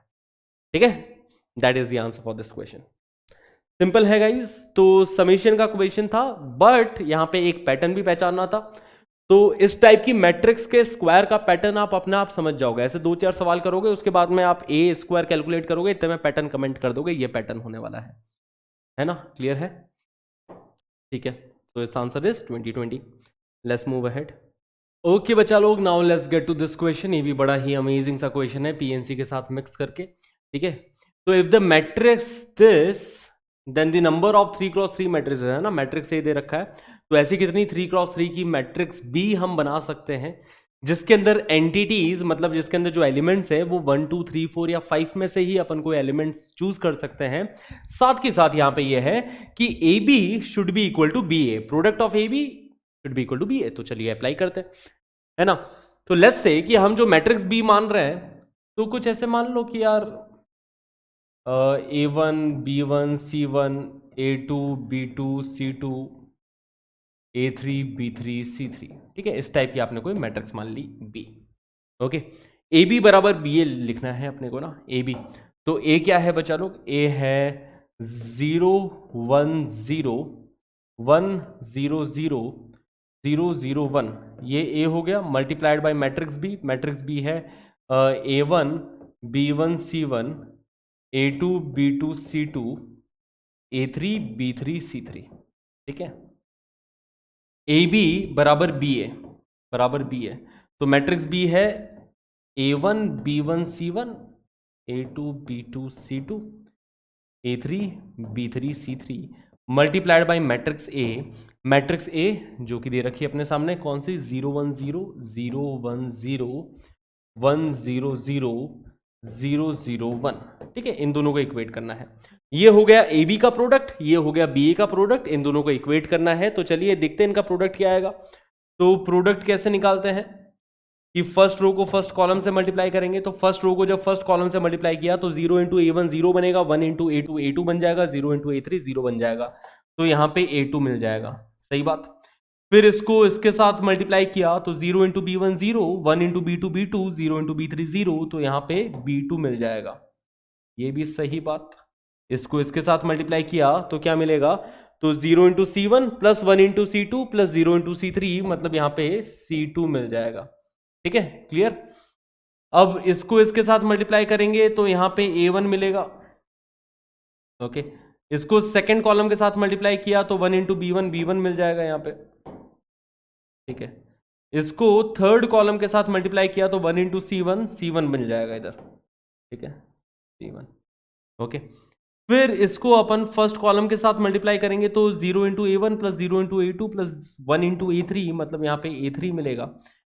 फिर इसको बच्चा लोग इसके साथ मल्टीप्लाई करेंगे तो B3 मिल जाएगा, और इसके साथ मल्टीप्लाई करके ये वाला B3, ये एलिमेंट C3 मिल रहा है। ठीक है, तो ये लेफ्ट हैंड साइड बन रही है। अब देखते हैं राइट हैंड साइड क्या बनेगा। फिर से रो इंटू कॉलम तरीके से मल्टीप्लाई किया जाता है कि रो इंटू कॉलम, तो A1 into 0 plus B1 into 1 plus C1 into 0, मतलब इधर ये B1 मिल रहा है। फिर इसको सेकेंड कॉलम के साथ मल्टीप्लाई करेंगे। ठीक है ना, इसको फर्स्ट कॉलम के साथ मल्टीप्लाई किया तो B1 मिला, सेकेंड कॉलम के साथ मल्टीप्लाई करेंगे तो अपने पास यहाँ पे मिल जाएगा A1 इंटू 1, है ना, A1 इंटू 1, मतलब A1 मिल जाएगा इधर। ठीक है, A1 into 1 plus B1 into 0 plus C1 into 0, है ना, तो यहाँ पे A1 मिल रहा है। ठीक है, जब इसको अपन ने थर्ड कॉलम के साथ मल्टीप्लाई किया तो C1 मिल जाएगा। देखो दिख रहा है ना C1 मिलते हुए। ओके, फिर इसको फर्स्ट कॉलम के साथ मल्टीप्लाई करेंगे तो B2 इंटू 1 B2 मिलेगा। ठीक है, B2। फिर इसको सेकेंड कॉलम के साथ मल्टीप्लाई करेंगे तो A2 इंटू 1 A2 मिलेगा, तो यहाँ पे A2 आ गया। फिर इसको थर्ड कॉलम के साथ मल्टीप्लाई करेंगे तो C2 इंटू 1, यहाँ पे C2 मिलने वाला है। ठीक है, तो इधर ये C2 लिख दिया। फिर इसको देखो इसी तरीके से फर्स्ट कॉलम के साथ मल्टीप्लाई करेंगे तो B3 मिलेगा, B3 इंटू 1 हो रहा है B3। जब इसको इसके साथ मल्टीप्लाई किया तो A3 इंटू 1, यहाँ पे A3 मिल जाएगा। ठीक है, A3 मिल गया, और इसको इसके साथ मल्टीप्लाई किया तो C3 इंटू 1 C3 मिल जाएगा। ठीक है, तो ऐसा मिल रहा है। ठीक है, ये ए बी आ रहा है, ये बी आ रहा है, तो जब दो मैट्रिसेस को इक्वेट करते हैं बेसिकली अपन उनके हर एक एलिमेंट को इक्वेट करते हैं ना, हर एक करस्पॉन्डिंग एलिमेंट इक्वल होना चाहिए। तो यहाँ पे A2 बैठा है, यहाँ पे B1 बैठा है, ये दोनों आपस में इक्वल होने चाहिए। यहाँ पे B2 बैठा है, यहाँ पे A1 बैठा है, ये दोनों आपस में इक्वल होने चाहिए। तो देखो कौन कौन इक्वल आने चाहिए, ठीक है। इसको कंपेयर किया तो A2 should be equal to B1, A2 और B1 आपस में इक्वल होने चाहिए। B2 should be equal to A1, ठीक है ना। B2 should be equal to A1, B2 और A1 की वैल्यू सेम होनी चाहिए। C2 must be equal to C1, ठीक है, C2 must be equal to C1, बहुत बढ़िया। A1 must be equal to B2, ठीक है, A1 must be equal to B2, वो तो अपन ने ऑलरेडी लिख ही लिया है। A1 is equal to B2, वो अपन ने ऑलरेडी यहाँ पे लिखा हुआ है, ठीक है ना। C2 must be equal to what, C2 C1 के इक्वल होना चाहिए, ठीक है। अब यहाँ पे देखो B1 should be equal to A2, B1 is equal to A2 लिख लिया है already. C1 must be equal to C2, वो भी अपन ने लिख दिया। इधर देखो A3 और B3 आपस में इक्वल होना चाहिए, ये अपन ने नहीं लिखा, ये लिख देते हैं। A3 should be equal to B3, A3 should be equal to B3, है ना। इधर भी देखो B3 और A3 इक्वल होने चाहिए, लिख दिया ऑलरेडी। C3 और C3 इक्वल होने चाहिए, वो तो है ही। ओके, तो ये अपने पास में चार कंडीशन आई है कि A2 should be equal to B1, B2 should be equal to A1, C2 should be equal to C1, A3 should be equal to B3। तो अब अपनी मैट्रिक्स B क्या बन गई, देखो अब अपने पास जो मैट्रिक्स B है that is equal to what, that is equal to what, ठीक है। यहां पे A1 लिखा है अपन ने, ठीक है। B1 A2 के इक्वल है ना, A1 B1 C1 है ना। तो मैट्रिक्स B में बेसिकली B1 की जगह पे क्या रख दोगे आप, B1 की जगह पे A2 चला जाएगा, B1 A2 के इक्वल है। C1, ठीक है, C1 को C1 ही रहने देते हैं, है ना। यहाँ पे A2, ठीक है, A2 को A2 ही रहने देते हैं। B2 को अपन ने A1 रखने वाला है ना, B2 अपने पास A1 होना चाहिए, B2 की वैल्यू अपन A1 रख देंगे, ठीक है। C2 की वैल्यू अपन लोग C1 रख देंगे, C2 की वैल्यू C1 रख देंगे। तो देखो मैट्रिक्स B क्या मिल रहा है, A1 B1 की जगह पे अपन A2 रख रहे हैं, B1 की जगह A2 रख दे रहे हैं, C1 की जगह C1 ही पड़ा है, ठीक है। यहां पे A2 की जगह A2 ही रख रहे हैं, ओके। B2 की वैल्यू क्या रख रहे हैं, B2 की वैल्यू A1 रख दी, B2 की वैल्यू अपन ने A1 रख दी। C2 की वैल्यू अपन ने C1 रख दी, है ना। मतलब C1 के टर्म्स में तो पूरा C1 के टर्म्स में ही लिखो, जहां जहां C2 बैठा है वहां C1 कर दो, या पूरे को C2 के टर्म्स में ही कर दो, जो आपकी मर्जी हो, ठीक है। अब इधर देखो A3 लिखा है, A3 को चलो A3 ही रहने दिया, है ना। A3 किसके इक्वल है वैसे, A3 B3 के इक्वल है, ठीक है। तो यहाँ पे जो B3 है ना, B3 को अपन A3 लिख देंगे, ठीक है, B3 को अपन लोग A3 लिख देंगे, ओके। C3 है, C3 तो C3 ही है, ठीक है, C3 तो C3 ही है, C3 किसी का इक्वल नहीं है। तो इस टाइप की मैट्रिक्स B मिल रही है अपने को, मैट्रिक्स B मिल रही है A1 A2 C1 A2 A1 C1 A3 C3, जिसमें से हर एलिमेंट के पास अपने पास 5 चॉइसेस है। तो बेसिकली अपने को कौन कौन से एलिमेंट्स के बारे में डिसाइड करना है, अपने को A1 के बारे में डिसाइड करना है कि A1 क्या हो सकता है। तो A1 है ना, A1 के बारे में डिसाइड करना है, A2 के बारे में डिसाइड करना है, C1 के बारे में डिसाइड करना है, A3 के बारे में डिसाइड करना है, और C3 के बारे में, है ना। यही देखो 5 डिस्टिंक्ट एलिमेंट्स है इसके अंदर, है ना। A1 A2 C1 A3 C3, बस इसके बारे में डिसाइड करना है, ओके। 5 लोगों के बारे में डिसाइड करना है। अब हर एक के लिए कितने ऑप्शंस है, 5 ऑप्शंस है। A1 कुछ भी हो सकता है 1 2 3 4 5 में से, A2 भी कुछ भी हो सकता है, C1 भी कुछ भी हो सकता है। तो हर एक के लिए 5 ऑप्शन है, तो कितना आ जाएगा अपने पास, 5 की पावर 5, 5 की पावर 5। A1 के लिए 5 ऑप्शन, A2 के लिए 5 ऑप्शन, C1 के लिए 5 ऑप्शन, A3 के लिए 5 ऑप्शन। तो 5 into 5 into 5 into 5 into 5, that will be 5 raise to the power 5, that is our answer, ठीक है। तो इस क्वेश्चन का आंसर आ जाएगा 5 raise to the power 5, okay, which is equal to 3125, है ना। 5 raise to the power 5, that is equal to 3125, okay. Basically जब आपने AB को BA के इक्वल किया, AB को BA के इक्वल किया, तो इस मैट्रिक्स B के अंदर कई सारे एलिमेंट्स एक दूसरे के इक्वल ही आ गए, कई सारे एलिमेंट्स एक दूसरे के इक्वल ही आ गए। जो इक्वल आ गए उनको अपन ने लिख दिया कि यहाँ पे जो B1 बैठा था B1 A2 के ही इक्वल है ना। यहाँ पे B1 बैठा था वो A2 के ही इक्वल है। तो बेसिकली बस ये 5 ही एलिमेंट्स के बारे में अपने को डिसाइड करना है कि ये 5 एलिमेंट्स क्या होने वाले हैं, ठीक है। तो इन 5 एलिमेंट्स के बारे में कितनी चॉइसेस हो जाएगी, 5 रेज़ टू द पावर 5, क्योंकि हर एलिमेंट इन 5 नंबर में से कोई भी नंबर हो सकता है ना। 5 ऑप्शंस फॉर एवरी एलिमेंट, तो 5 into 5 into 5 into 5 into 5, that will be 5 raise to the power 5। Simple, 5 raised to the power 5, that is equal to 3125. Now let's move ahead. Let A be a 3 cross 3 real matrix such that determinant of 2 times, देखो determinant of 2 times adjoint of 2 times adjoint of 2A is equal to 2 raised to the power 41 दे रखा है, तो हमें determinant of A square के बारे में बताना है क्या आएगा। ठीक है, तो पहचानना जरा, adjoint of 2A किसके इक्वल होगा बच्चा लोग।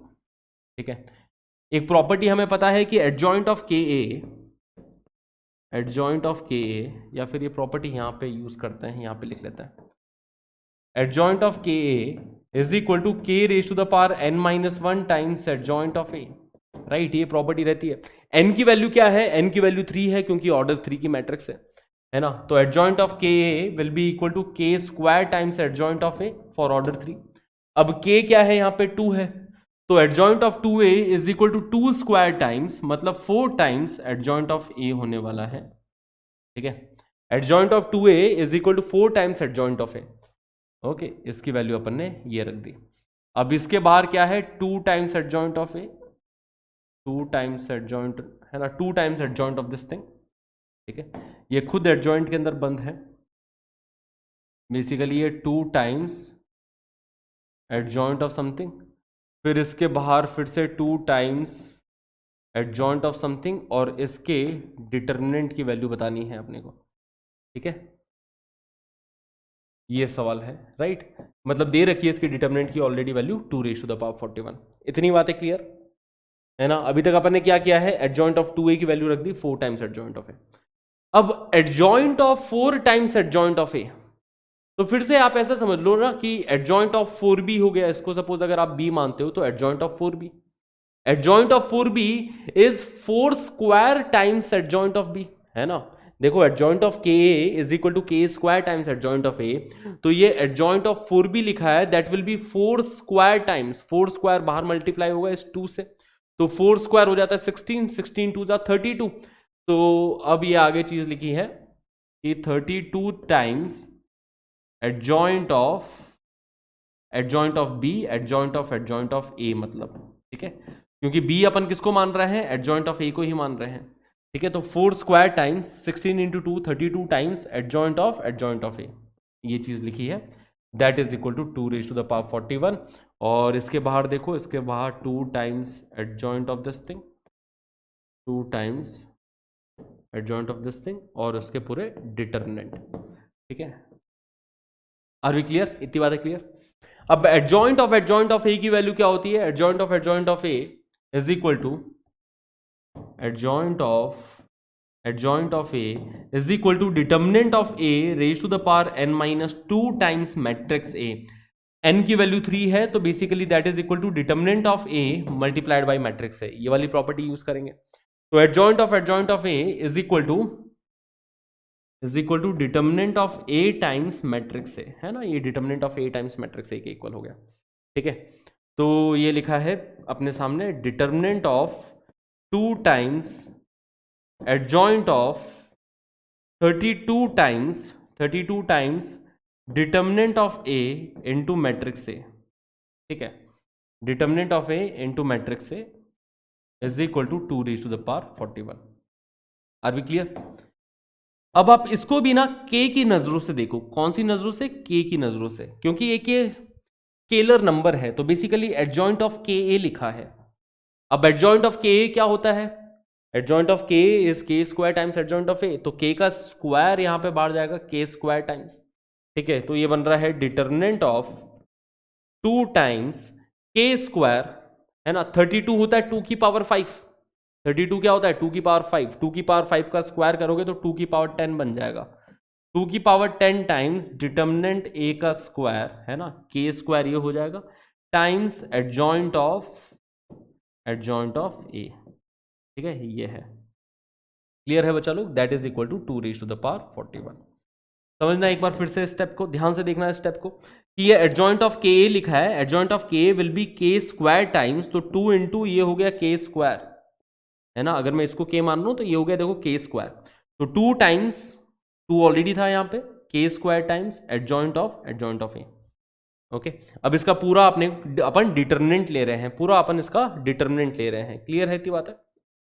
ओके, अब डिटर्मिनेंट में भी एक प्रॉपर्टी याद करो कि जब डिटर्मिनेंट ऑफ के ए होता है, जैसे डिटर्मिनेंट ऑफ के ए, जिसके अंदर आप इस पूरे को आप के की नजरों से देखो या पूरे को कोई अलग स्केलर k1 की नजरों से देख लो, ठीक है। तो अगर पूरे को आप k1 की नजरों से देखो तो डिटर्मिनेंट ऑफ k1 b है ना, देखो डिटर्मिनेंट ऑफ अगर k1 b लिखा हो तो basically that is equal to k1 cube times determinant of b, है ना। अगर कोई कांस्टेंट मल्टीप्लिकेशन में मैट्रिक्स के determinant of k B is equal to k cube times determinant of B, क्योंकि यहां पे अगर ऑर्डर 3 है तो ऑर्डर 3 है तो k की पावर 3, ऑर्डर 2 होता तो k की पावर 2, ऑर्डर n होता तो k की पावर n टाइम्स, ठीक है। तो k1 की पावर n टाइम्स, k1 की पावर n टाइम्स, और k1 की पावर कितनी हो जाएगी? 3 हो जाएगी, क्योंकि ऑर्डर 3 की मैट्रिक्स है, तो इसकी power 3 times determinant of adjoint है, ठीक है। लेफ्ट हैंड साइड देखो जरा क्या बन रहा है, लेफ्ट हैंड साइड बन रहा है कि k1 की पावर 3 टाइम्स, है ना, ये 2 की पावर 11 ऑलरेडी है, 2 की पावर 11 ऑलरेडी है, उसकी पावर 3 लेंगे तो 2 की पावर 33 हो गया। 2 की power 33 times determinant of a की पावर 6 बन जाएगा ये, है ना। डिटर्मिनेंट ऑफ a स्क्वायर का क्यूब बाहर जाएगा, डिटर्मिनेंट ऑफ a स्क्वायर का cube, that is determinant of a raise to the power 6 into determinant of adjoint है, इनटू डिटर्मिनेंट ऑफ एडजॉइंट है। इसको ऐसा लिख देते सिंबल में, ठीक है। That is equal to 2 raise to the power 41। ध्यान से देखना यार, देखो ये कांस्टेंट है ना मल्टीप्लिकेशन में, चलो ये कांस्टेंट है, कांस्टेंट बाहर जाएगा तो k क्यूब होके बाहर जाएगा, तो determinant of k B is equal to k cube times determinant of B, तो के क्यूब ये बाहर गया तो देखो ये बाहर जाएगा, into determinant of adjoint of A, into determinant of adjoint of A, that is equal to 2 raise to the power 41। Determinant of adjoint of A क्या होता है?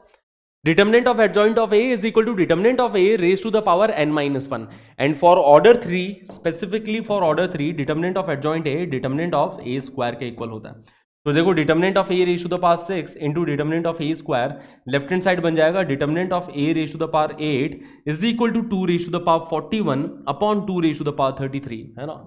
2 raise to the power 41 upon 2 raise to the power 33 which is equal to 2 raise to the power 8। Determinant of A की power 8 की value 2 raise to the power 8 के equal आई है, तो determinant of A की वैल्यू क्या हो जाएगी? वो प्लस माइनस 2 में से किसी के भी इक्वल हो सकती है, ठीक है। डिटर्मिनेंट ऑफ ए स्क्वायर चाहिए अपने को, तो determinant of A square will be equal to, इसका स्क्वायर करोगे तो 4, that is our answer. Okay, clear है, सिंपल है। चलिए आगे बढ़े, ठीक है। Now let's have a look at this question. ये भी इसी टाइप का सवाल है, इसके अंदर भी आपको पैटर्न पहचानना है ना। a raise to the power 2025 minus a raise to the power 2020 की वैल्यू पूछी है, पैटर्न पहचानो पे चलो।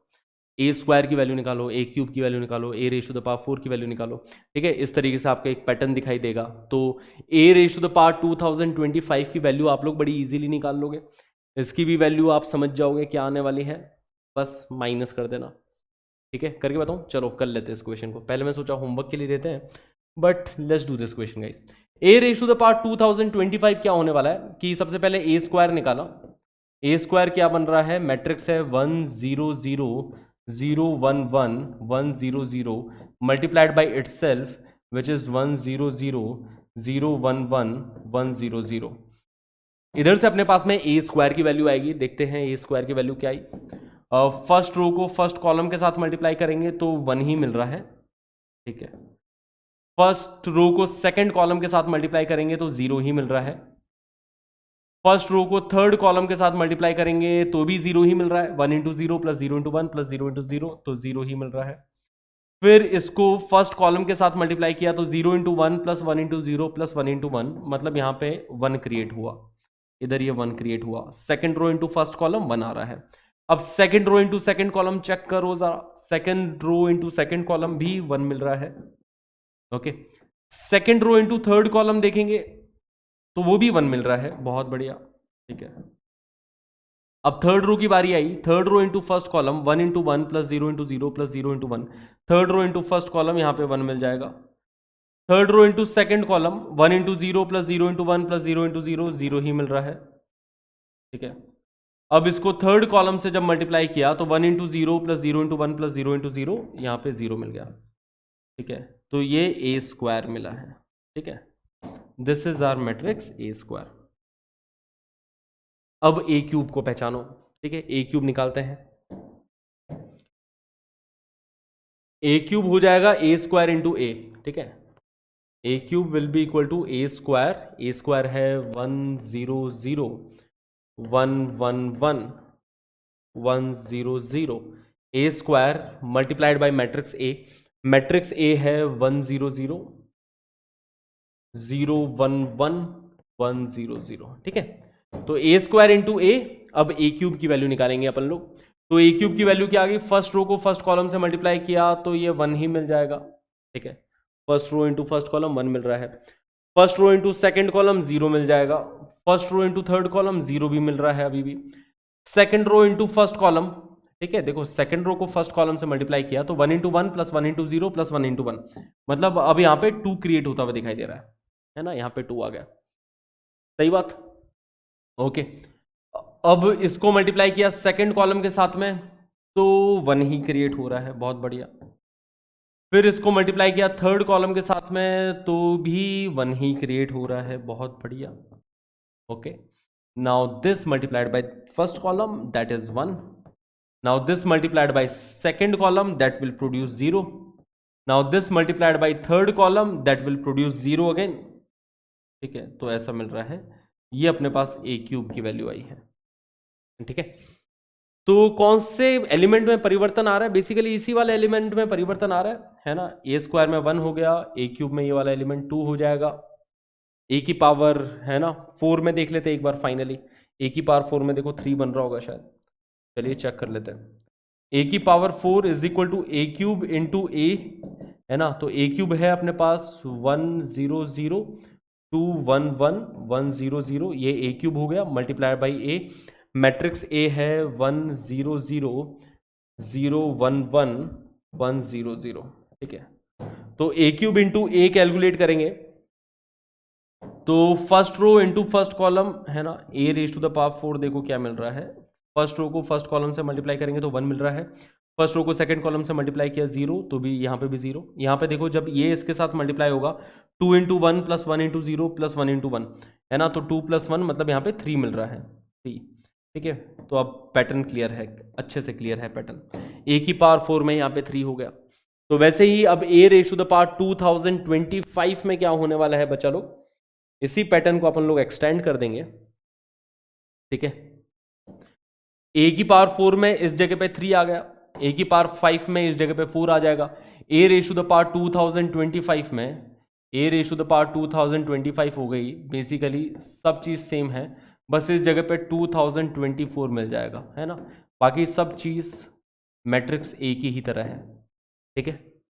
ए रेज टू द पावर 2020 में यहाँ पे 1 0 0, बस इस जगह पे 2019 आ जाएगा, ठीक है। 1 1 1 0 0, बाकी सब सेम है, क्लियर है। तो ये अपन ने वैल्यू रख दी। जब इनको सब्ट्रैक्ट किया तो इन दोनों को सब्ट्रैक्ट करोगे तो 1 से 1 कैंसिल आउट हो गया, यहाँ पे 0 0 माइनस 0 0 0। 2024 में से 2019 सब्ट्रैक्ट होगा तो यहाँ पे 5, बाकी देखो 1 में से 1 सब्ट्रैक्ट होगा, 1 में से 1 सब्ट्रैक्ट होगा, है ना। बाकी हर जगह पे 0 बनता हुआ दिखाई दे रहा है।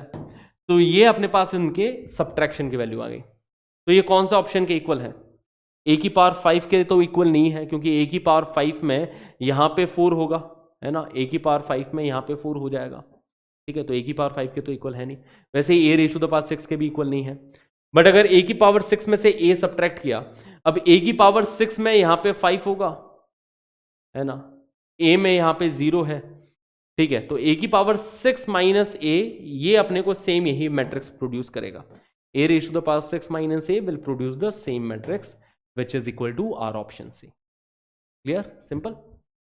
Let's move ahead. ठीक है, चलिए ये वाला क्वेश्चन करते हैं। Let's take it as a last question of the day, है ना।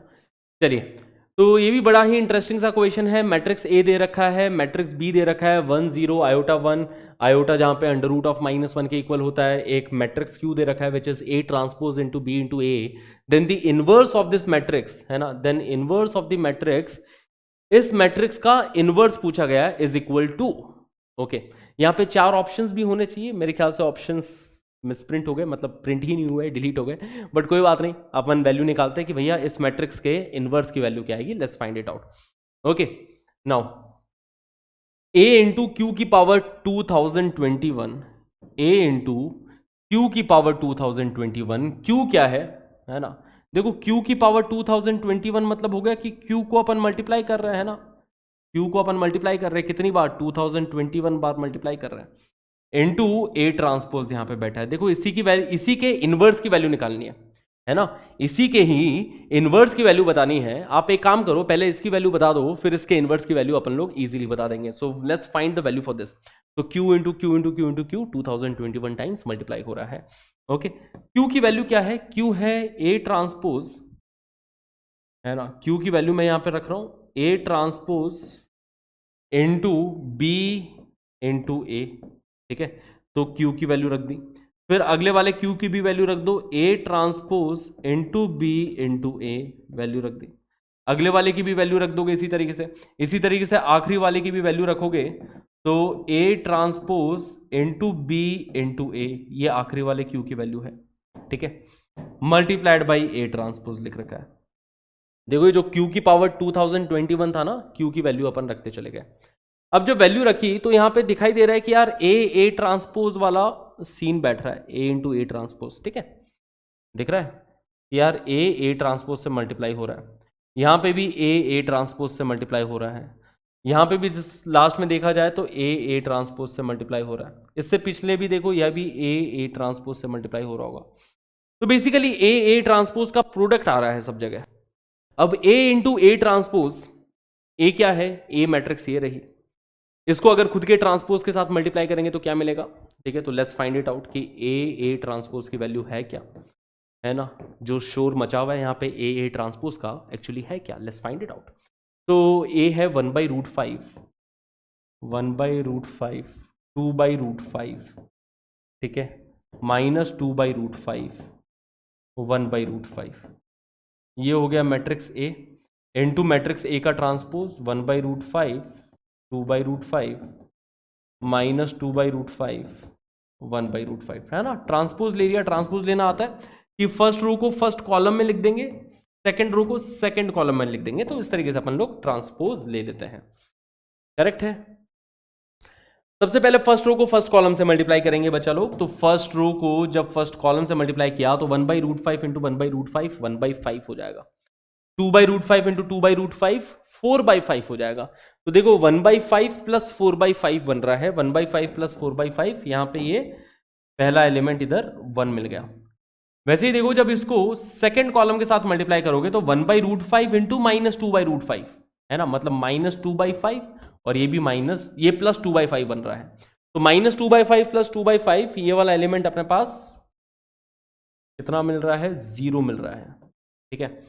फिर इसको इसके साथ मल्टीप्लाई करोगे, अगेन 0 मिलता हुआ दिखाई दे रहा है। फिर जब इसको इसके साथ मल्टीप्लाई करोगे तो माइनस 2/√5 माइनस 2/√5 से मल्टीप्लाई होगा तो 4/5 प्लस यहां पे ये 1/5, मतलब ये मिल रहा है अपने पास 1 के इक्वल, ठीक है। तो A इंटू ए ट्रांसपोज कैसा आ गया, हाँ जी, आइडेंटिटी मैट्रिक्स आ गया।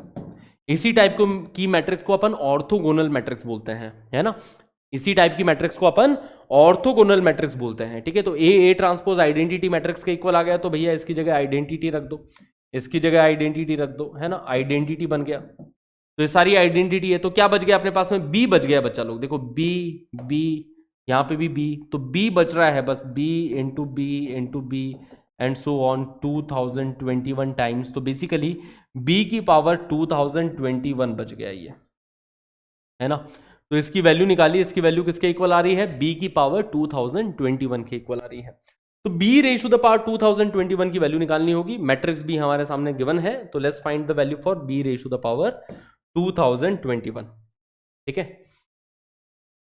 कैसे निकालेंगे, फिर से कोई पैटर्न बन रहा होगा, देखो बी की वैल्यू निकाल, बी पता ही है, बी स्क्वायर की वैल्यू निकालता है ना, बी स्क्वायर की वैल्यू है 10 i1 into matrix B only 10 i1, तो इनको जब मल्टीप्लाई करेंगे क्या मिलेगा, देखो,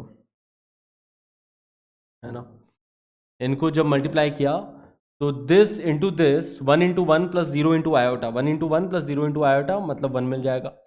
फिर इसको अपन सेकेंड कॉलम से मल्टीप्लाई करेंगे तो 1 इंटू 0 प्लस 0 इंटू 1 0 ही मिलता हुआ दिखाई दे रहा है।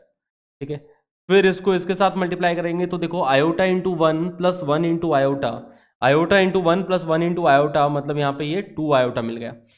फिर इसको इसके साथ मल्टीप्लाई किया तो आयोटा इंटू 0 प्लस 1 इंटू 1 है ना, तो आयोटा इंटू 0 प्लस 1 इंटू 1 मतलब 1 मिल गया।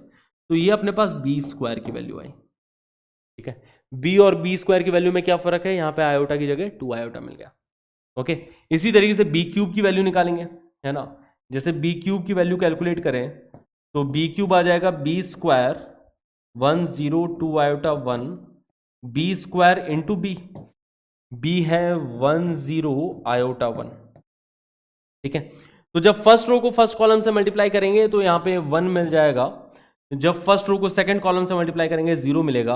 अब देखो सेकंड रो को फर्स्ट कॉलम से मल्टीप्लाई करेंगे तो 2 iota into 1 plus 1 into iota मतलब यहाँ पे 3 आयोटा मिलता हुआ दिखाई दे रहा है। ठीक है, 3 आयोटा एंड यहाँ पे ये 1 मिल रहा है। ठीक है, तो यहाँ पे बी क्यूब में है ना, ये बी क्यूब की वैल्यू है, ये बी क्यूब की वैल्यू, तो देखो बी स्क्वायर में यहाँ पे 2 आयोटा मिल रहा है, बी क्यूब जो कि अपन ने इस तरीके से निकाला, बी स्क्वायर को बी से मल्टीप्लाई करके निकाला तो यहाँ पे 3 आयोटा मिल गया। तो बी की पावर 2021 में, बी की पावर 2021 में यहाँ पे 2021 आयोटा मिल जाएगा। ठीक है, बाकी सब तो एज इट इज रहेगा, बाकी किसी एलिमेंट में कोई फर्क नहीं आ रहा, कोई बदलाव नहीं आ रहा, बस ये एलिमेंट बदलता जा रहा है। बी स्क्वायर बी क्यूब में पैटर्न देखा तो ये 2021 आयोटा के इक्वल आया। ठीक है, तो इस मैट्रिक्स की वैल्यू निकाल ली। अपना फाइनल आंसर क्या है, अपना फाइनल आंसर इसका इनवर्स है, अपना final answer is the inverse of this matrix, है ना, इस मैट्रिक्स का इनवर्स है। तो इस मैट्रिक्स का इनवर्स कैसे निकालेंगे बच्चों लोग, inverse of A 2x2 matrix, है ना, 2x2 मैट्रिक्स के इनवर्स की वैल्यू हमें बतानी है। तो how to find their inverse, हाँ जी, तो इसका इनवर्स हो जाएगा। ठीक है, our answer is equal to inverse of this matrix which is 2021 iota 1, इसके इनवर्स की वैल्यू बतानी है। हाँ जी, ठीक है, तो इसका इनवर्स हो जाएगा 1 upon determinant of this, 1 upon determinant of this matrix, और इस डिटर्मिनेंट की क्या वैल्यू है, इसके डिटर्मिनेंट की वैल्यू 1 आ रही है ना, 1 upon 1 into adjoint of this matrix.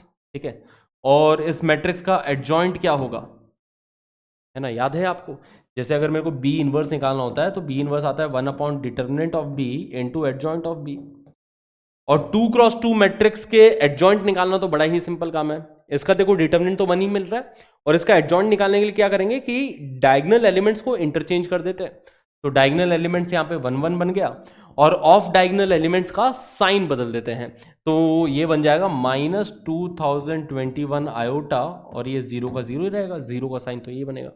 तो that is our final answer for this question. ठीक है, ये हमारा करेक्ट ऑप्शन होगा, सिंपल है। तो देखो आप मैट्रिसेस के प्रीवियस ईयर क्वेश्चंस प्रैक्टिस करोगे, बड़े ही मजेदार से सवाल हैं, कुछ क्वेश्चन थोड़े लेंथी चले जाते हैं जिसके अंदर हायर पावर कैलकुलेट करनी है, बट वो क्वेश्चन भी अपने लिए बहुत ईजी बन जाएंगे जब अपन प्रैक्टिस कर लेंगे इन सवाल की। ठीक है, तो इसी के साथ आज के सेशन की, आज की क्लास की समाप्ति करते हैं बच्चा लोग। मिलेंगे हम लोग नेक्स्ट क्लास में, अगले चैप्टर के साथ मैं आऊँगा, है ना। अब देखो PYQ बहुत इंपॉर्टेंट है, इस पर मैं बहुत ज़्यादा स्ट्रेस दे चुका हूँ, इसीलिए मैं हर चैप्टर के एंड में प्रीवियस ईयर क्वेश्चन सेशन ज़रूर लाता हूँ। एक चैप्टर कंप्लीट हो जाए तो उसके ऊपर प्रीवियस ईयर क्वेश्चंस लगा लो, ताकि आपको आइडिया लग जाए कि इस चैप्टर से किस टाइप के सवाल आते हैं। जैसे आपको ये आइडिया लगा होगा कि मैट्रिसेस में जो सवाल मिलते हैं, मैट्रिसेस के सवाल या तो एडजॉइंट और उसकी प्रॉपर्टीज से मिला के सवाल है ना, एडजॉइंट की डायरेक्ट प्रॉपर्टी से डायरेक्ट क्वेश्चन है, तो या तो इधर से सवाल बनाए जा रहे हैं, या फिर मैट्रिक्स की पावर्स के ऊपर, जैसे a की पावर 20, b की पावर 2021, उस टाइप के सवाल हो गए। अब उसके अंदर कुछ ना कुछ पैटर्न मिलता है ना, उसके लिए अपन B square B cube calculate करेंगे, पैटर्न दिख जाएगा, उसके बाद में अपन कमेंट कर देंगे हायर पावर के बारे में। ठीक है, या फिर मैट्रिसेस में PNC के साथ कंबाइन करके सवाल बना रहे हैं, पर सवाल जो भी बना रहे हैं, प्रॉब्लम सॉल्विंग एबिलिटी हमें बढ़ाना है। प्रॉब्लम सॉल्विंग एबिलिटी अपन तब बढ़ाएंगे जब क्वेश्चंस प्रैक्टिस करेंगे, और प्रीवियस ईयर क्वेश्चन मैथ्स के अंदर तो भैया प्रीवियस ईयर क्वेश्चंस लगा के चले जाओ सारे।